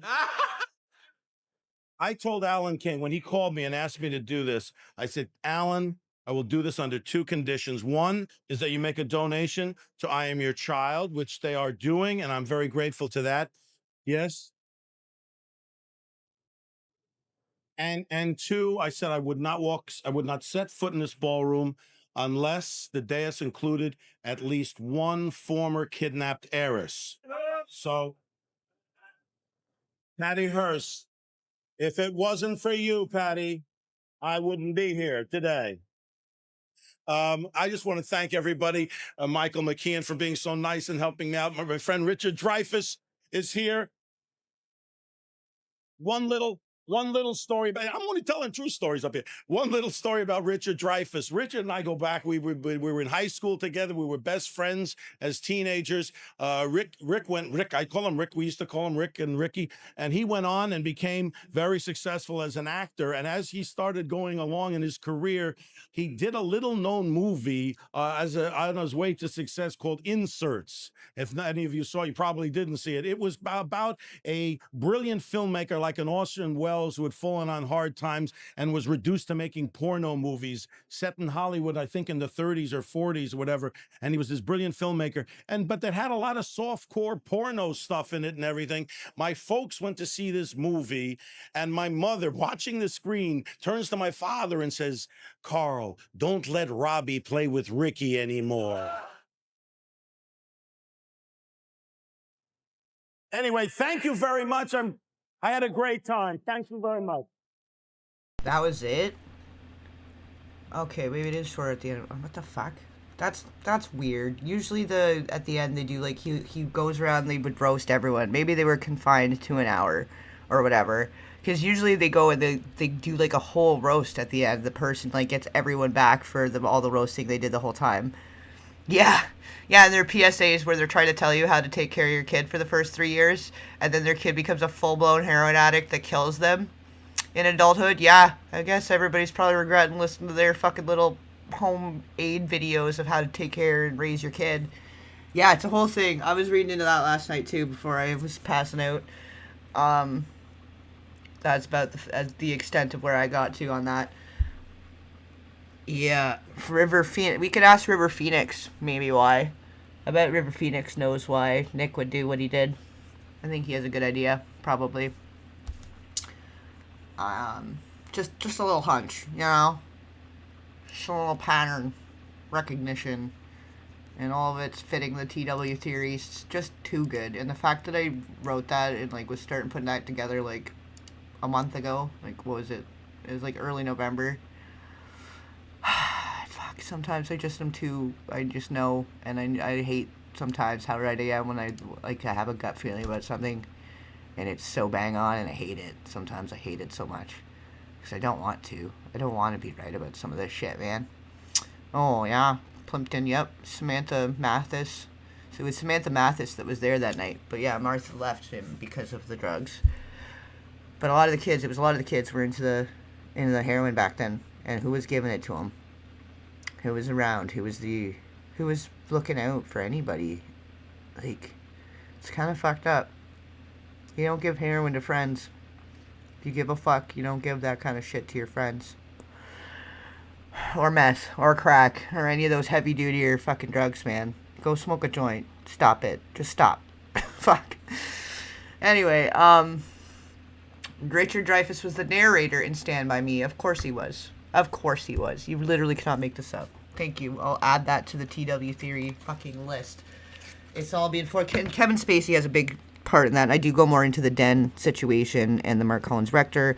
In that article, is it going to pop up? It might pop up. If it doesn't, I don't know. I'm just going to go and copy paste it for you guys. This is the theory I keep referring to, the TW theory. I'm slowly but surely developing a theory, and a lot of this research we're doing with this investigation right now is kind of confirming it. Are he streams tomorrow? Yeah, well, there's the premieres, and probably I'll do a live. We'll probably get on another live and do, like, an actual update of what's going on with the case right now, because there are some developments, not anything major, but I got probably enough to get on and just see what the haps are with that. But I think it's just not much is going on with it, because he's not well enough mentally to stand trial or do anything right now, so I don't think they even ended up doing the hearing today that they were going to do. He is on he's there monitoring him because he's not, he's a danger to himself or others, as they're figuring. And my guess is he was self-harming when he got to the hotel, because they were saying what they were saying about what they found at the hotel that he went to right after. I think it was more than just the blood that came in on him, because nobody noticed blood on him when he got there. So he's in a mental crisis. He's had a full-blown breakdown crisis. It's a crisis. It's a straight-up crisis. And I feel for the guy, man. Man, ladies, guys, and girls, whatever.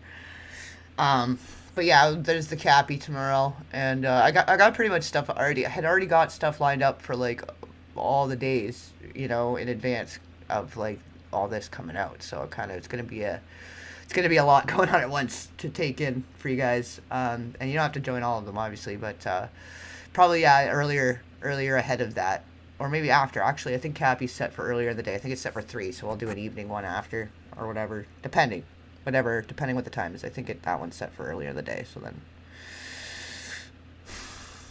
yeah. Hey, Sonny. Glad you could join us here at the end. I don't know if you've been with us for a while now, or if you're just joining us. We're kind of just getting to the, like I said, getting to the end here now, but good to see you. Yep, a bunch of them, all of them. The TW theory. Yeah, it fits it pretty damn well. The end of E.T. There's a bunch of them. Little Rascals. Buck Hall said that on that movie, stuff happened to him too. And so that kind of confirms that shit right there. There's a bunch of them, and there's different variations of it. Like, I'm kind of trying to fill out what the criteria even is to fit that, because it's more than just the tighty whitey thing. But yeah, the beginning, the reason I started picking up on that was because the beginning of Victor Salva, convicted predator who went on to work in the Disney sphere and do Jeepers Creepers, you know about the Jeepers Creepers franchise? Well, before that, he was a predator that was funded by Francis Ford Coppola and George Lucas. He was given $250,000 and all the equipment used for American Graffiti, which also fits the TW theory.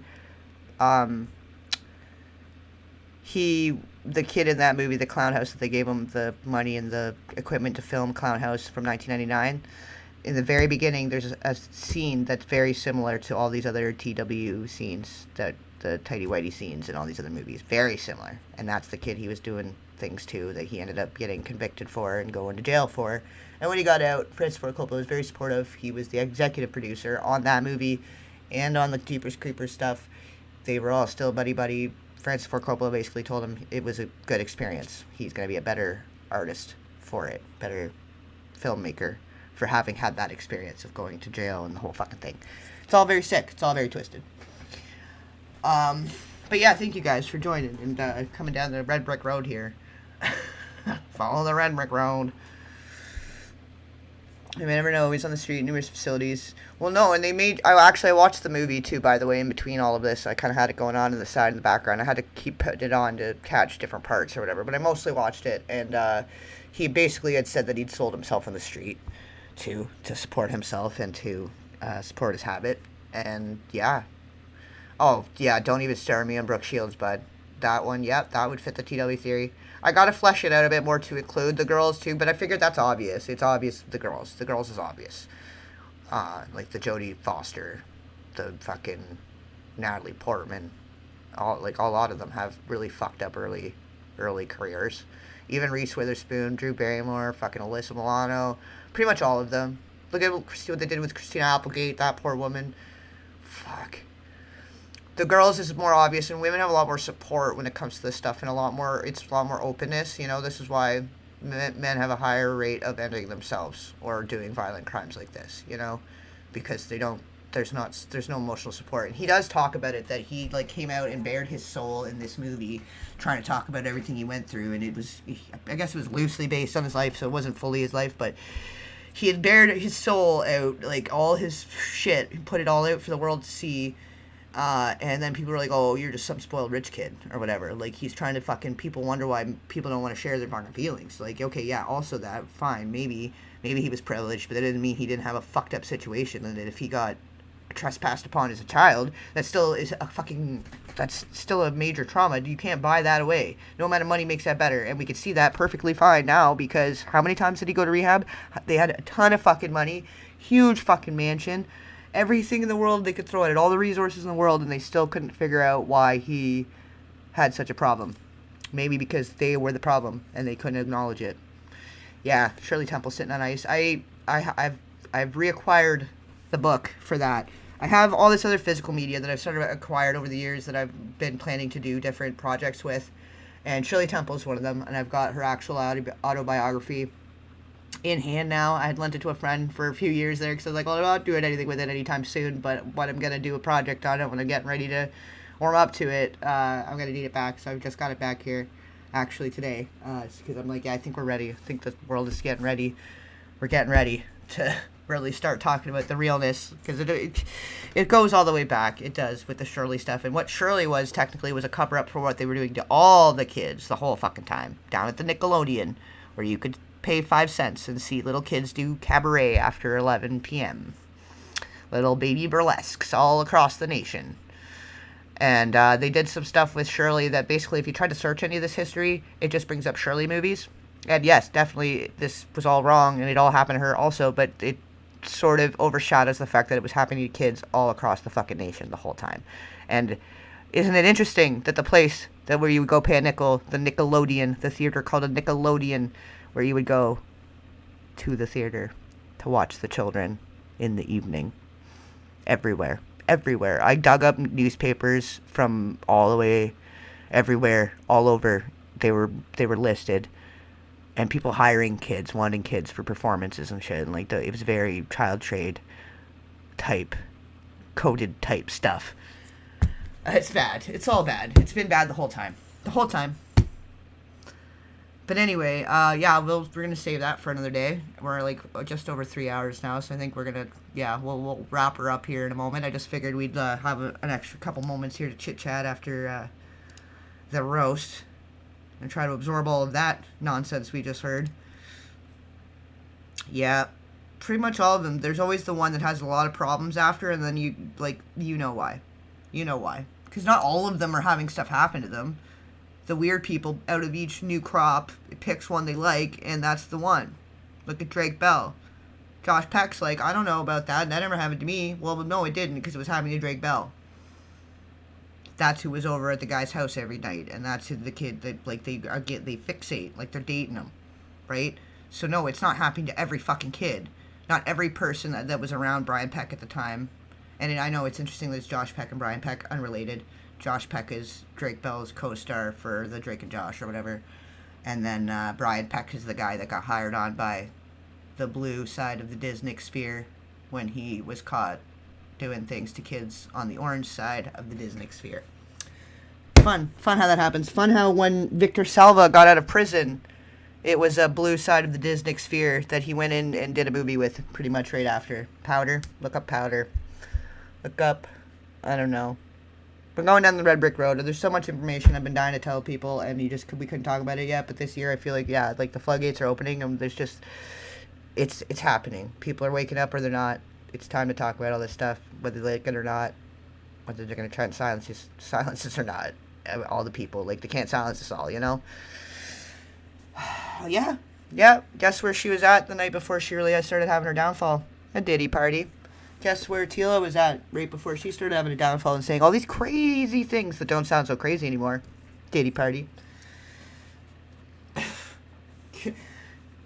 Like, the whole Brittany Murphy, if you guys watch the Brittany Murphy series, connects a lot of dots with a lot of suspicious industry situations, because she was one too, and she was very connected in with that, all of that, early on, because she was dating Ashton when Ashton was first getting in with Diddy, and they were becoming their own little rat pack, Diddy and Ashton and Jamie Foxx and all these guys, and early 2003, yeah, there's a lot of history and it all overlaps. Yeah, I know, right? Some of the movies, it's like, it's sad, but that's what makes it even more fucked up, that the movies we really liked as kids, that we liked them the most because it was people enticing us. We were being enticed. That's grooming. That is grooming. That is a predator trying to entice us. Why do you think kids love Star Wars so much? Why would George Lucas do films that have these themes in it? You know what I mean? Like, he's part of it. He's the TW theory big time too. And he and Francis Ford Coppola have the company American Zoetrope together, and they did American Graffiti together, and that's the equipment lent to Victor Salva, money. All of it's connected. It's a fucking sick nexus. And then George Lucas is really good friends with Spielberg, and Spielberg is in the TW theory too. It's all there. It's all there. It's all connects. It's all coming out, guys. People have been trying to say it for years, and a lot of people lost their lives trying to say it. And, you know, if that's the risk we got to take, I guess, you know, I don't want to. I don't want to be at risk. I don't want to end my life. I like doing what I do. I like my life. I love my pets. Like, I don't want to, but I mean, you know, I think that's like, we all need to start speaking up more because they can't take us all out. That's the only way to do it. We can't, like, and for the sake of the Cappies and other people before us, right? Like, we can't keep ignoring all the signs. We see it. We see it now. And if you don't, it's too late for you maybe. I don't know, but... yeah, I don't know. The Friars Club thing, I do want to look into that too, because that stood out to me too as something weird. Definitely. I read about that. I seen something about that, the Christophe St. John thing. It's not ringing a full bell of exactly what I was reading about it, but that I recognize the name. I'd have to look it up again to know. But then the Bieber thing, like a lot of stuff happened between 2008 and 2009. And then, we're not going to get into the whole thing right now. We're not going to get into it right now. But, yeah, it's been right in our face. It's been right under our noses the whole freaking time. Literally, clearly, obviously, if we just watched what we just watched, like, that, if that didn't tell you enough right there, I don't know what planet we're on, you know? Well, he was trying to tell us with that Yummy video. Like, if you watched the Yummy video, the music video he did for the song, he basically was showing all these really rich people eating disgusting foods, and the symbolism of it was very clear to me, and then at the very end, he shows an empty plate with him as a very small child. And he was very preyed upon, like, very openly preyed upon a lot. Like, really a lot. That poor little soul. I really feel for that guy right now, man. With everything coming out and all the people that died in and around those parties, whatever, like a year that he got real big, a lot of people died. Like, 2009 was fucked up, and I don't know. I don't know exactly what all was going on there. I'm still kind of working on the theory on that, but I do know that it tied in with the Brittany Murphy stuff and with a lot of the other mysterious and untimely deaths between the whole time, from, like, the early 90s until now, even before, 80s, you know, 70s, 80s, 80s, 90s, and today. No, I'm not saying that he was into it. I'm saying he was saying what happened to him. That he was passed around and served like a dish. And it's disgusting that people want to consume children in the way that they do, and that's why he made all the food disgusting in the thing, and then all these rich people eating all the disgusting food. Like, if you look at the symbolism, if you go back and look at the symbolism of it, knowing what you know now, you'll see what I see. You'll know what I mean. And the cherry turns black. There's a little cherry and a pie on the table, and it turns black at the end. There's a lot of little artistic little things. And yeah, the Aaron Carter thing, like, where he was close in with the Diddy and the Disney sphere and the whole same thing. Brian Peck, found clips of him with the Brian Peck. He was all in that same sphere at the same time, and he was trying to say stuff. He was trying to say stuff about his childhood and about them wanting to frame MJ and the whole thing. Like, there was a whole thing going on before, and things haven't been the same, I think, since he went. And, like, I think that was a big wake up for a lot of people when people started looking. And then with the Amanda Bynes thing and the Drake Bell stuff, that Quiet on Set, all of that was little awakenings. More and more people started taking the time to look and pay more attention, you know. So it's good. Maybe it's good. It's good. It's coming around. You know, it's better late than ever. But and welcome, Danger Zone. Good to see you. Yeah. Well, he owned them. He get them to do freaky things at these parties that most of them would have never done without having these different concoctions of drugs they were passing around and stuff, you know? Like, all of it was very calculated and they've been doing it for years. Like, look up Mark Cohn's Rector. Look at the article that I keep sharing. Like, it connects a lot of dots, and you guys could probably fill in more dots than even, like, that's just some of the research I know and where I started my theory on it and where it's going, kind of, you know, like, it's not fully concrete. But you guys will get where I'm going with it and how it all connects to some stuff and how it's from way before the Epstein, Diddy, all of the things. There's so much more to it. Yes, exactly. Very nice. You know what I'm talking about. Macaulay Culkin stood up for him, too. Like, there were kids that stood up for him. Because I genuinely, like, because of the childhood that MJ had, like, he genuinely wanted to give kids an actual childhood, have them have a place that they could actually just be kids. Because none of them were able to be kids. Like, he was beaten and put through, like, the total ringer, torture, psychological, mental, physical, all the things to make him into what he was. And it's sad. It's a deliberate splitting of the mind to create a manufactured star in such a way. Is kind of what it comes down to, you know. But oh, go figure. I just shared the freaking link, and then Streamlabs does it anyway. I should have just waited 2 more seconds. Goddamn. Whatever. But yeah, he's starting to come back and say some stuff now too, though. He's starting to come out and be a little more vocal. He's getting a little more confident and steady in his stance. But yeah, so a lot of people couldn't say anything because they got sucked into some shit. But then you see, like, okay, with Ashton Kutcher and Demi Moore, all the videos that started coming out of Demi Moore, they were at all the Diddy parties. She admitted in her book that they did, like, threesomes and all this other stuff at the Diddy parties, and just with whoever. Like, there was so much stuff going on the whole time, and nobody cared, because if that's all it was, the adult stuff, nobody cares. But then when we start seeing the stuff with the kids, now we got a fucking problem. We don't care. You want to wear Jay-Z's ass as a hat, Diddy? I don't give a shit. Don't fucking care. Could not care less. Do a slip and slide with the fucking baby oil together. Could not care less. But when it's not adults, like, you know? Yeah, I've talked about that a bit. It's still, like, kind of speculation because it's, like, a blind item and stuff, and there's still no trace of the actual radio show. There was just clippings of articles of people quoting the thing. So we know the thing existed. We know the interview existed. Like, there's certain aspects of it that are truth. And when you line certain things up, there are truths to that story. But there's too much of it that I cannot confirm that I would say 100% on that. I would say that's about an 87% certainty on that one. Based on what I know to do with that.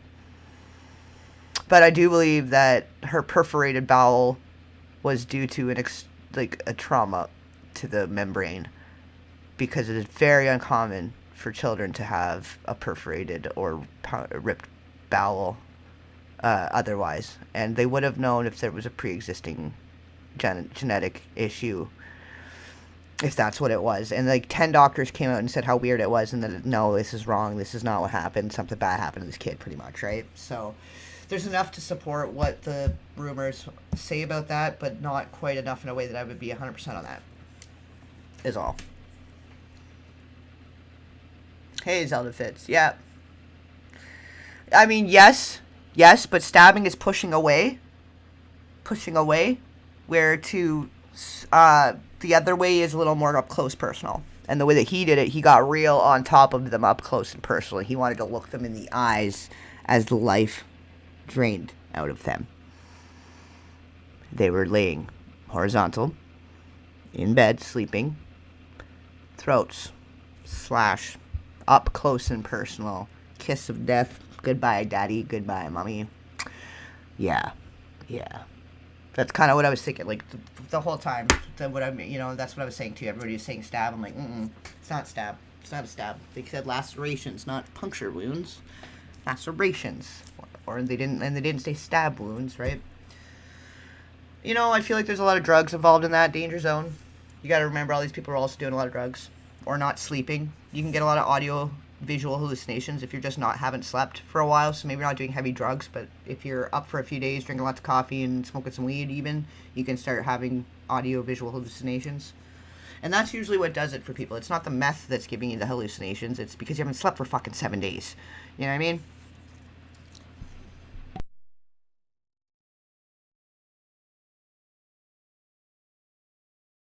Yep, and then that all fucking fits the TW theory. Like, why do we have so many shows where kids had to be in bathing suits or just in various stages of undress? Like, not at all necessary to the plot. Why was that? Why did we have that in so many fucking movies?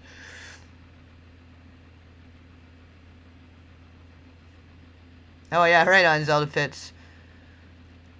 Glad you could join us. We're just kind of at the end here. We're just kind of closing her down, having a little chit-chat at the end here, but I'm glad you could make it. I do want to start having different ones at different times, like streams and premieres, try to set up at different times, to spread it out a little bit, because I know a lot of people are from different time zones, and it's hard to hit the right time for everybody all the time. But yeah, there's a lot. Probably drugs. And you got to think, too, depending on what kind of pharmaceuticals and, like, if they're mixing it with other stuff, like, who knows, man? Everybody's got a different concoction going on that you don't necessarily know about. So one person dropping a tab of acid is going to have a different experience than the person next to them dropping that same tab of acid. You know what I mean? It just depends. Depends what else you got in your system, your diet. It could depend on so many different things. And so I think with that stuff is like, they just are very new to drugs. They're like naive and they have a really fucked up experience or whatever. They're like, oh man, and then she shape shifted and oh yeah. Like I think some of that's just people on fucking drugs that don't know the difference. You know, they can't separate an altered state from reality. That's a whole other thing for another day. Yep, you know what I'm talking about. Yep, the TW theory, that's probably one of the most disturbing examples of it too, to be honest, because it was like so many at once and it was a very long, excruciating, unnecessary scene. Taiwanese, oh, be careful, yeah. Yep, her too. All of them, guys, all of them. It's all of them. All of them that had struggles, man. Like, there's a reason. There's a reason when they come into their early adulthood and everything starts bubbling to the surface and they start having an understanding of what happened to them as a kid from an adult perspective. And that's where things start to collapse. Every time. And either they get through the other side alive, you get to 35, usually you can make it through. But even then, sometimes, like, Corey Haim hung on to, I think he was 38. And then, yeah. I grew up not far away from where he's buried. I should maybe go by there sometime and pay some respects. Like, when I finally realized that, and then it's just happened. I'm not near there. I haven't been near there for a long time, so I haven't had a chance, but that's something I meant to do. Corey Haim's Canadian. Poor guy. He's buried outside of Toronto. Thank you, guys. Thank you, Danger Zone. I do my best. Try to do as quality as I can, but while also, you know, keeping things rocking and rolling here. You got to keep the lights on and stuff, so it's hard sometimes to really be able to put the length and quality and full research as I was doing with some of the other ones earlier on. I think the Dark Hollywood ones, I had a little more resources, a little more time, a little more, I was able to just put more time into it more for a hobby than it being like, now this is what I'm doing. I'm doing this now, you know, and then I'm trying to make ends meet with it, and unfortunately a lot of times it's not super ad friendly, and you know, you get throttled sometimes when you're talking about certain things a certain way, and it's just not always so easy, but it's got to be done. This kind of thing's got to be done, and if you dedicate it, you kind of got to go all in, you know, and that's where you're at. And so I do try to keep as much the quality and the length. Like, I really do prefer doing the long form documentary stuff. I really like that a lot better. But I am shifting some stuff into the episodes because I feel like maybe that's a little more manageable and a little more to keep it a little more consistent. I don't know. We're figuring it out as we go. It's like a new industry. This industry didn't even exist till 2005, so I think we're all trying to figure it out as we go. And it's because it's changing all the time with AI and stuff, right? And exactly. They were complicit. They were cool enough with it or whatever. They found the right balance of medication that makes them okay with whatever happened. Or yeah, they're joined that side. They're into it maybe, you know, because people are sadistic. Some people are really sadistic and twisted and devious and depraved. There is a very dark side of the world that, like, of people, good upstanding people, normal people could be very fucked up. David Lynch is really good at representing that in his films. They're very obscure and they're all very like dreamlike and weird, and it's hard to follow sometimes, but he does a really good job of showing the dark side, like the American nightmare, you know? People are always like the dream of going to Hollywood and the American dream of whatever, it's an illusion. He's really good at that, about showing the other side.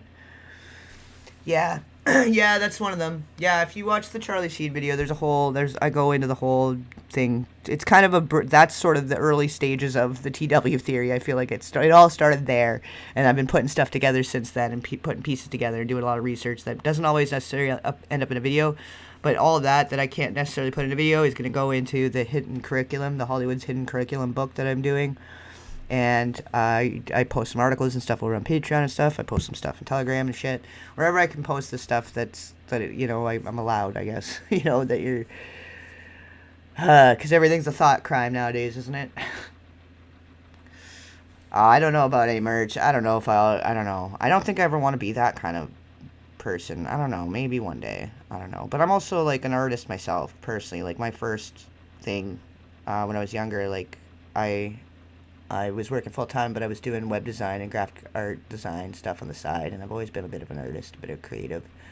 That's why I like to get a little creative and take my time doing the documentaries and stuff and really making it like it's its whole thing. Like, I'm very inspired by David Lynch and his work and how everything's very artistic in film. It's like art and poetry in motion, you know?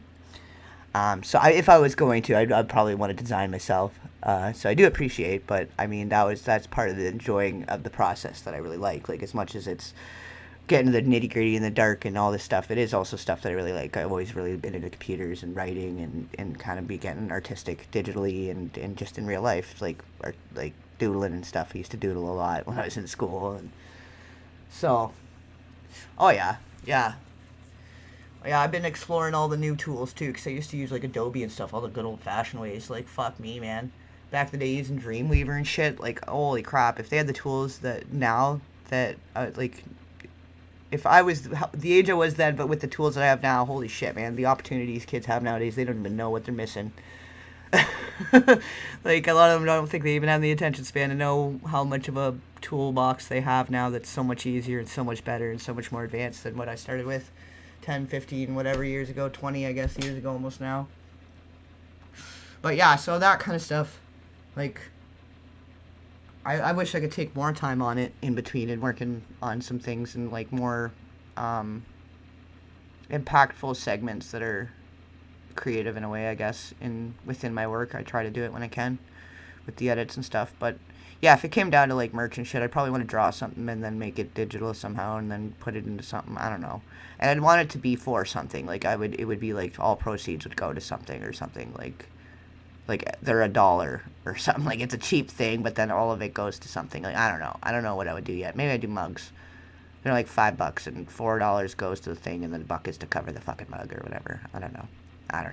Because really, I only need enough just to, like, cover my bases. Like, I don't really need that much. I've got my expenses down pretty decent. Like, aside from, like, all these tools cost monthly fucking money, obviously, too, right? Like, Canva and CapCut and all this stuff. I've been trying all this new stuff versus what I was using before, and it's great. It's all very great, but, yeah, it all costs all the time, too, so it can be hard to find a balance of what's going to make sense for your workflow and what's worth it and what's not. Got a check mark on the chalkboard for doodling. Oh, yeah. I used to get in trouble for that shit all the time. I couldn't focus in school. This is bullshit. I hated school. I don't like the program, though. I could see the program really early on, and I was not into it. It's more what I'm thinking now. I wasn't the problem child they tried to make me out to be. I wasn't whatever, all the shit they tried to make me out to be. I just didn't want to. I just didn't want to be part of it. You know?